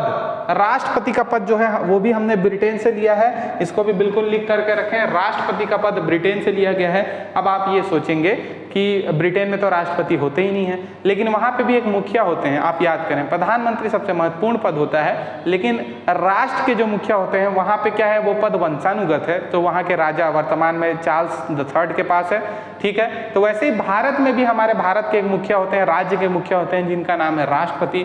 हालांकि वहाँ पे ब्रिटेन में ये पद वंशानुगत है, हमारे यहाँ पे ये पद जो है ये वोटिंग से दिया जाता है। अब दोनों में कुछ सिमिलैरिटीज भी हैं, समानता भी है। वहाँ पे भी जो राष्ट्र के प्रमुख हैं ब्रिटेन में, जो आपके राजा हैं, वो वास्तविक प्रमुख तो नहीं है, उनको सारी शक्तियाँ तो नहीं है, बस सारे कार्य उनके नाम से होते हैं, उनका अंतिम हस्ताक्षर चाहिए होता है। भारत में भी कमोवेश वही स्थिति है। इसी वजह से आपको याद रखना है कि हमने राष्ट्रपति का पद जो है वो ब्रिटेन से लेने का काम किया है। अमेरिका से हमने क्या क्या लिया है, अगर ये देखा जाए तो हमने शुरू में ही देखा मौलिक अधिकार, फंडामेंटल राइट्स, प्रस्तावना, जिसे हम लोग अगले चैप्टर में पढ़ेंगे, तो प्रस्तावना भी हमने कहाँ से लिया है? अमेरिका से लिया है। राष्ट्रपति का पद जरूर हमने ब्रिटेन से लिया है, लेकिन उसको पद से कैसे हटाएं, अनुच्छेद 61 में बताया गया है महाभियोग की प्रक्रिया। तो राष्ट्रपति के महाभियोग की प्रक्रिया हमने कहाँ से ली है? अमेरिका से। स्वतंत्र न्यायपालिका तो जाहिर सी बात है अमेरिका से ही हमने लिया है। वित्तीय आपातकाल के बारे में मैंने बताया, जैसे आपातकाल हमने जर्मनी से लिया है, वैसे वित्तीय आपातकाल हमने अमेरिका से लेने का काम किया है। संविधान सर्वोच्च होगा, संविधान लिखा हुआ होगा, संविधान सर्वोच्च होगा, संविधान लिखा हुआ होगा, ये दोनों पॉइंट भी हमने अमेरिका से लेने का काम किया है। इसके अलावा मैंने जैसे बताया कि राष्ट्रपति का पद तो ब्रिटेन से, लेकिन उपराष्ट्रपति का पद हमने अमेरिका से लिया है। ठीक है, तो अमेरिका हो गया, ब्रिटेन हो गया। तीसरे नंबर पे देखेंगे हम कनाडा से लेने का काम किया हमने राज्यपाल का पद। जो गवर्नर होते हैं प्रत्येक राज्य में, तो वैसे ही राज्यपाल का पद हमने कहाँ से लिया है? कनाडा से लिया है। अब गवर्नर है तो इससे ये समझो कि केंद्र है और राज्य है। केंद्र में प्रधानमंत्री या फिर आपके राष्ट्रपति बैठेंगे, वैसे ही आपके राज्य में सीएम और राज्यपाल बैठेंगे। मतलब वहाँ पे संघात्मक स्ट्रक्चर है, ना कि एकात्मक स्ट्रक्चर है। समझ में आ रहा है? तो वैसी संघात्मक स्ट्रक्चर है, तभी तो हम वहां से राज्यपाल का पद ले रहे हैं। इसीलिए हमको याद रखना है कि संघीय शासन व्यवस्था भी हमने कनाडा से लेने का काम किया है। इसके अलावा मैं बता दूं अवशिष्ट शक्तियों का सिद्धांत। देखिए, जो शक्तियों का विभाजन है हमारे देश में, उसे 3 सूचियों के माध्यम से बांटा गया है। एक तो है केंद्रीय सूची, सेंट्रल लिस्ट, दूसरा है राज्य की सूची, स्टेट लिस्ट, और तीसरा है आपका कंकरेंट लिस्ट। ठीक है, कंकरेंट लिस्ट। तो ये 3 सूची होती हैं। सबसे पहले एक होता है आपका केंद्रीय सूची, दूसरा होता है क्या? राज्य सूची, स्टेट लिस्ट। ठीक है, और तीसरा होता है आप कंकरेंट लिस्ट, उसको हिंदी में बोला जाता है समवर्ती सूची। तो देखिए, केंद्र सूची पे तो केंद्र सरकार कोई भी नियम कानून बनाती है, उसके ऊपर पूरा काम केंद्र सरकार करती है। राज्य सूची पे राज्य सरकार करती है। समवर्ती सूची ऐसी सूची है जिसमें दोनों ही कानून बना सकते हैं, केंद्र और राज्य, लेकिन किसी एक मुद्दे पे अगर दोनों के बीच में बहस हो जाए, दोनों के बीच में सहमति नहीं बन पाती है, तो ऐसी स्थिति में केंद्र की बात को हम मानते हैं। लेकिन इन तीनों ही सूची में अगर कोई पावर नहीं दिया हुआ है, कोई काम नहीं दिया हुआ है, तो ऐसी हर जो अवशिष्ट शक्ति है वो केंद्र के ऊपर निहित होगी। ऐसे सभी मामलों में फैसला लेने का काम केंद्र करेगी। मतलब कि तीनों सूची में जो मेंशन नहीं है, वो सीधे सीधे वो पावर केंद्र के पास चला जाता है। तो ऐसी अवशिष्ट शक्तियों का सिद्धांत भी हमने कनाडा से लेने का काम किया है। तो ये 3 देश हमने याद कर लिए। चलिए अब चौथा देखते हैं, आयरलैंड। याद कीजिए, नीति निर्देशक तत्व DPSP, वो हमने कहां से लिया है? तो आयरलैंड से लेने का काम किया है। राष्ट्रपति का जो निर्वाचक मंडल होता है, देखो राष्ट्रपति के बारे में बहुत सारी चीजें हैं। राष्ट्रपति ब्रिटेन से लिए, राष्ट्रपति के महाभियोग की प्रक्रिया अमेरिका से लिए। अब जब राष्ट्रपति का चुनाव होता है, तो आप सबको बता दूं, आप और मैं जाके वोट नहीं डालते हैं। हमने ऑलरेडी जिनको वोट डाल के चुना है, आपके विधायक, आपके सांसद, वो जाकर के राष्ट्रपति के चुनाव में वोट डालते हैं। तो कौन कौन राष्ट्रपति के चुनाव में वोट डालेगा, ये निर्वाचक मंडल भी, इसकी जो प्रक्रिया है, इसकी जो व्यवस्था, ये भी हमने आयरलैंड से लेने का काम किया है। ब्रिटेन का पड़ोसी देश है, आपका इंग्लैंड का पड़ोसी देश है। तो अब देखो इसको कैसे याद रखोगे? ब्रिटेन से हमने राष्ट्रपति देखा था, अब राष्ट्रपति को चुनाव के माध्यम से लाएंगे, तो आयरलैंड में उनके चुनाव की व्यवस्था वाली जो कॉन्सेप्ट है, उसको हमने आयरलैंड से उठाया है। क्लियर? राज्यसभा में सांसदों का मनोनयन, देखो राज्यसभा में 12 सांसदों का मनोनयन किया जाता है। हम जब राज्यसभा पढ़ेंगे तो इसको डिटेल में समझेंगे। तो मनोनयन की प्रक्रिया भी जो है वो आयरलैंड से ली गई है। इसको नोट करके रखें, या फिर इसका PDF हमारे ग्रुप में अवेलेबल रहेगा, वहां से इसको बिल्कुल याद करें। यहाँ से बहुत सारे सवाल बनाता है आपका, चाहे वो PSC हो, चाहे वो व्यापम। चलिए, रसिया से क्या लिया गया है अगर हम देखें तो देखिए, जैसे कि मौलिक कर्तव्य हमने अमेरिका से लिया। अमेरिका के सिटीजन्स बहुत आज़ादी को एंजॉय करते हैं, लेकिन रसिया में ऐसा कुछ नहीं चलता है। रसिया कर्तव्यों की बात करता है, जितने आपको अधिकार देगा उससे ज़्यादा वो कर्तव्य देगा। तो इसलिए हमको याद रखना है, मौलिक कर्तव्य हमने कहाँ से लिया है? रसिया से लिया है। इसके अलावा आप देखेंगे सोशल, इकोनॉमिकल और पॉलिटिकल जस्टिस, सामाजिक, आर्थिक और राजनीतिक न्याय, ये निकला है आपके रूस की क्रांति जो हुई थी 1917, जिसमें वहाँ के राजा जार निकोलस को जान से मार दिया गया और वहाँ पे फिर लोकतंत्र की स्थापना हुई।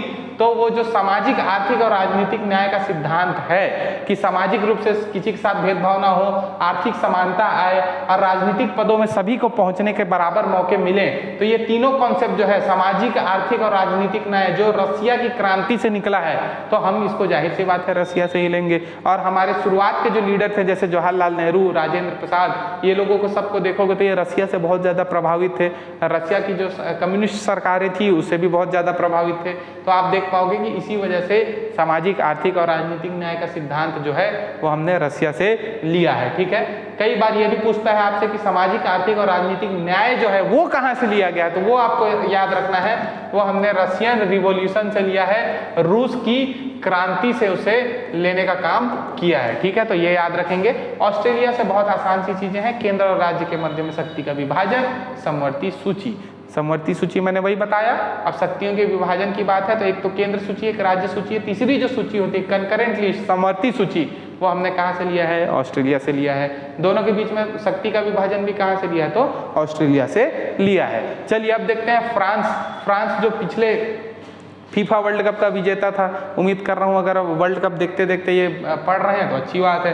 तो फ्रांस से हमने लिया है गणतंत्रता। गणतंत्रता का मतलब होता है रिपब्लिक। रिपब्लिक को एक लाइन में समझना है तो मैं बता दूं, रिपब्लिक या गणतंत्र देश ऐसा देश है जिसका मुखिया चुना हुआ होगा, वोटिंग के माध्यम से चुना गया होगा। तो हमारे यहाँ पे मुखिया राष्ट्रपति या राष्ट्रपति वोटिंग के माध्यम से चुने जाते हैं। तो हम कैसे देश हैं, गणतंत्र देश हैं। और ये गणतंत्रता का कॉन्सेप्ट हमने फ्रांस से लिया है। फ्रांस में भी एक क्रांति हुई 1789 में, जिसको फ्रेंच रिवॉल्यूशन या फ्रांस की क्रांति के नाम से जाना जाता है, जिसमें वहां के राजा लुइस 16 को जान से मार दिया गया और वहां पे फिर गणतंत्र की स्थापना हुई। तो उसी फ्रांस की क्रांति में एक नारा निकल करके आया जिसको बोलते हैं स्वतंत्रता, समानता एवं बंधुत्वता का सिद्धांत, है ना। लिबर्टी और आपके इक्वालिटी और फ्रेटर्निटी का सिद्धांत, मतलब कि सबको लिबर्टी हो, सबको स्वतंत्रता हो कि वो क्या खाना चाहते हैं, कहाँ रहना चाहते हैं, किससे शादी करना चाहते हैं, क्या भाषा बोलना चाहते हैं, सबके बीच में समानता हो, किसी से जो है जाति, लिंग, धर्म इस आधार पे कोई भेदभाव ना हो। ठीक है, और बंधुत्वता, आपस में भाईचारा हो, प्रेम मोहब्बत हो, ये बंधुत्वता होता है। तो इसका कॉन्सेप्ट फ्रेंच रिवॉल्यूशन से निकला है, फ्रांस की क्रांति से निकला है। और ये तीनों चीज जो है हमने फ्रांस से लेने का काम किया है। ये आपके प्रियम्बल मतलब कि प्रस्तावना में अच्छे से मेंशन्ड है, इस वजह से इसको आपको याद रखना है कि ये कॉन्सेप्ट हमने कहाँ से लिए हैं। ठीक है, तो फ्रांस हो गया। अब देखेंगे जर्मनी। जर्मनी फ्रांस का पड़ोसी देश है, यूरोप का एक देश है। मैंने बताया आपातकालीन प्रावधान कहाँ से लिए गए हैं, जर्मनी से लिए गए हैं। आपातकालीन उपबंध बोल दो, प्रावधान बोल दो, जर्मनी से लिए गए हैं।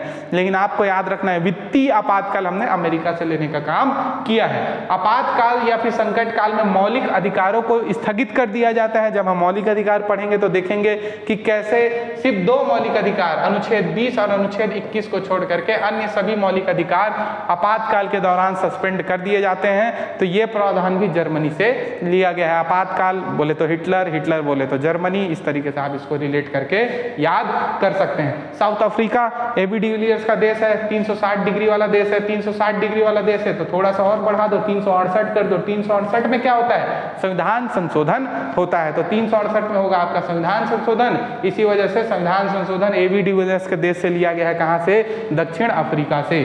राज्यसभा के सदस्यों का अनुपातिक प्रतिनिधित्व में चुनाव, मतलब कि किस राज्य की कितनी जनसंख्या है उस हिसाब से वहां के राज्य को पर्टिकुलर राज्यसभा के सीट दिए जाते हैं। जैसे उदाहरण के तौर पर छत्तीसगढ़ को 5 राज्यसभा की सीट दिए गए हैं। तो जनसंख्या के अनुसार राज्यों को राज्यसभा का सीट देना, ये कॉन्सेप्ट भी हमने दक्षिण अफ्रीका से लिया है। और अंतिम में जापान से क्या लिया है, तो जापान से विधि द्वारा स्थापित प्रक्रिया लिया है। तो इन सभी चीज़ों को आपको याद रखना है। ये आज की पहली क्लास थी हमारी, जिसमें हमने पढ़ने का प्रयास किया कि संविधान की विशेषताएं क्या क्या हैं। यहाँ से संबंधित बहुत सारे सवाल पूछे जाएंगे आपसे। मैं उम्मीद करता हूँ इसको पढ़ने के बाद आप जरूर MCQs लगाएं, क्वेश्चंस बनाएं। एक बार क्वेश्चंस बना लेंगे तो फिर काफ़ी अच्छा कमांड इसमें आपका बन जाएगा। इसी तरीके से संविधान से संबंधित सभी इंपॉर्टेंट टॉपिक्स को हम धीरे धीरे करके कंप्लीट करेंगे। अगले क्लास में मिलते हैं, तब तक के लिए धन्यवाद।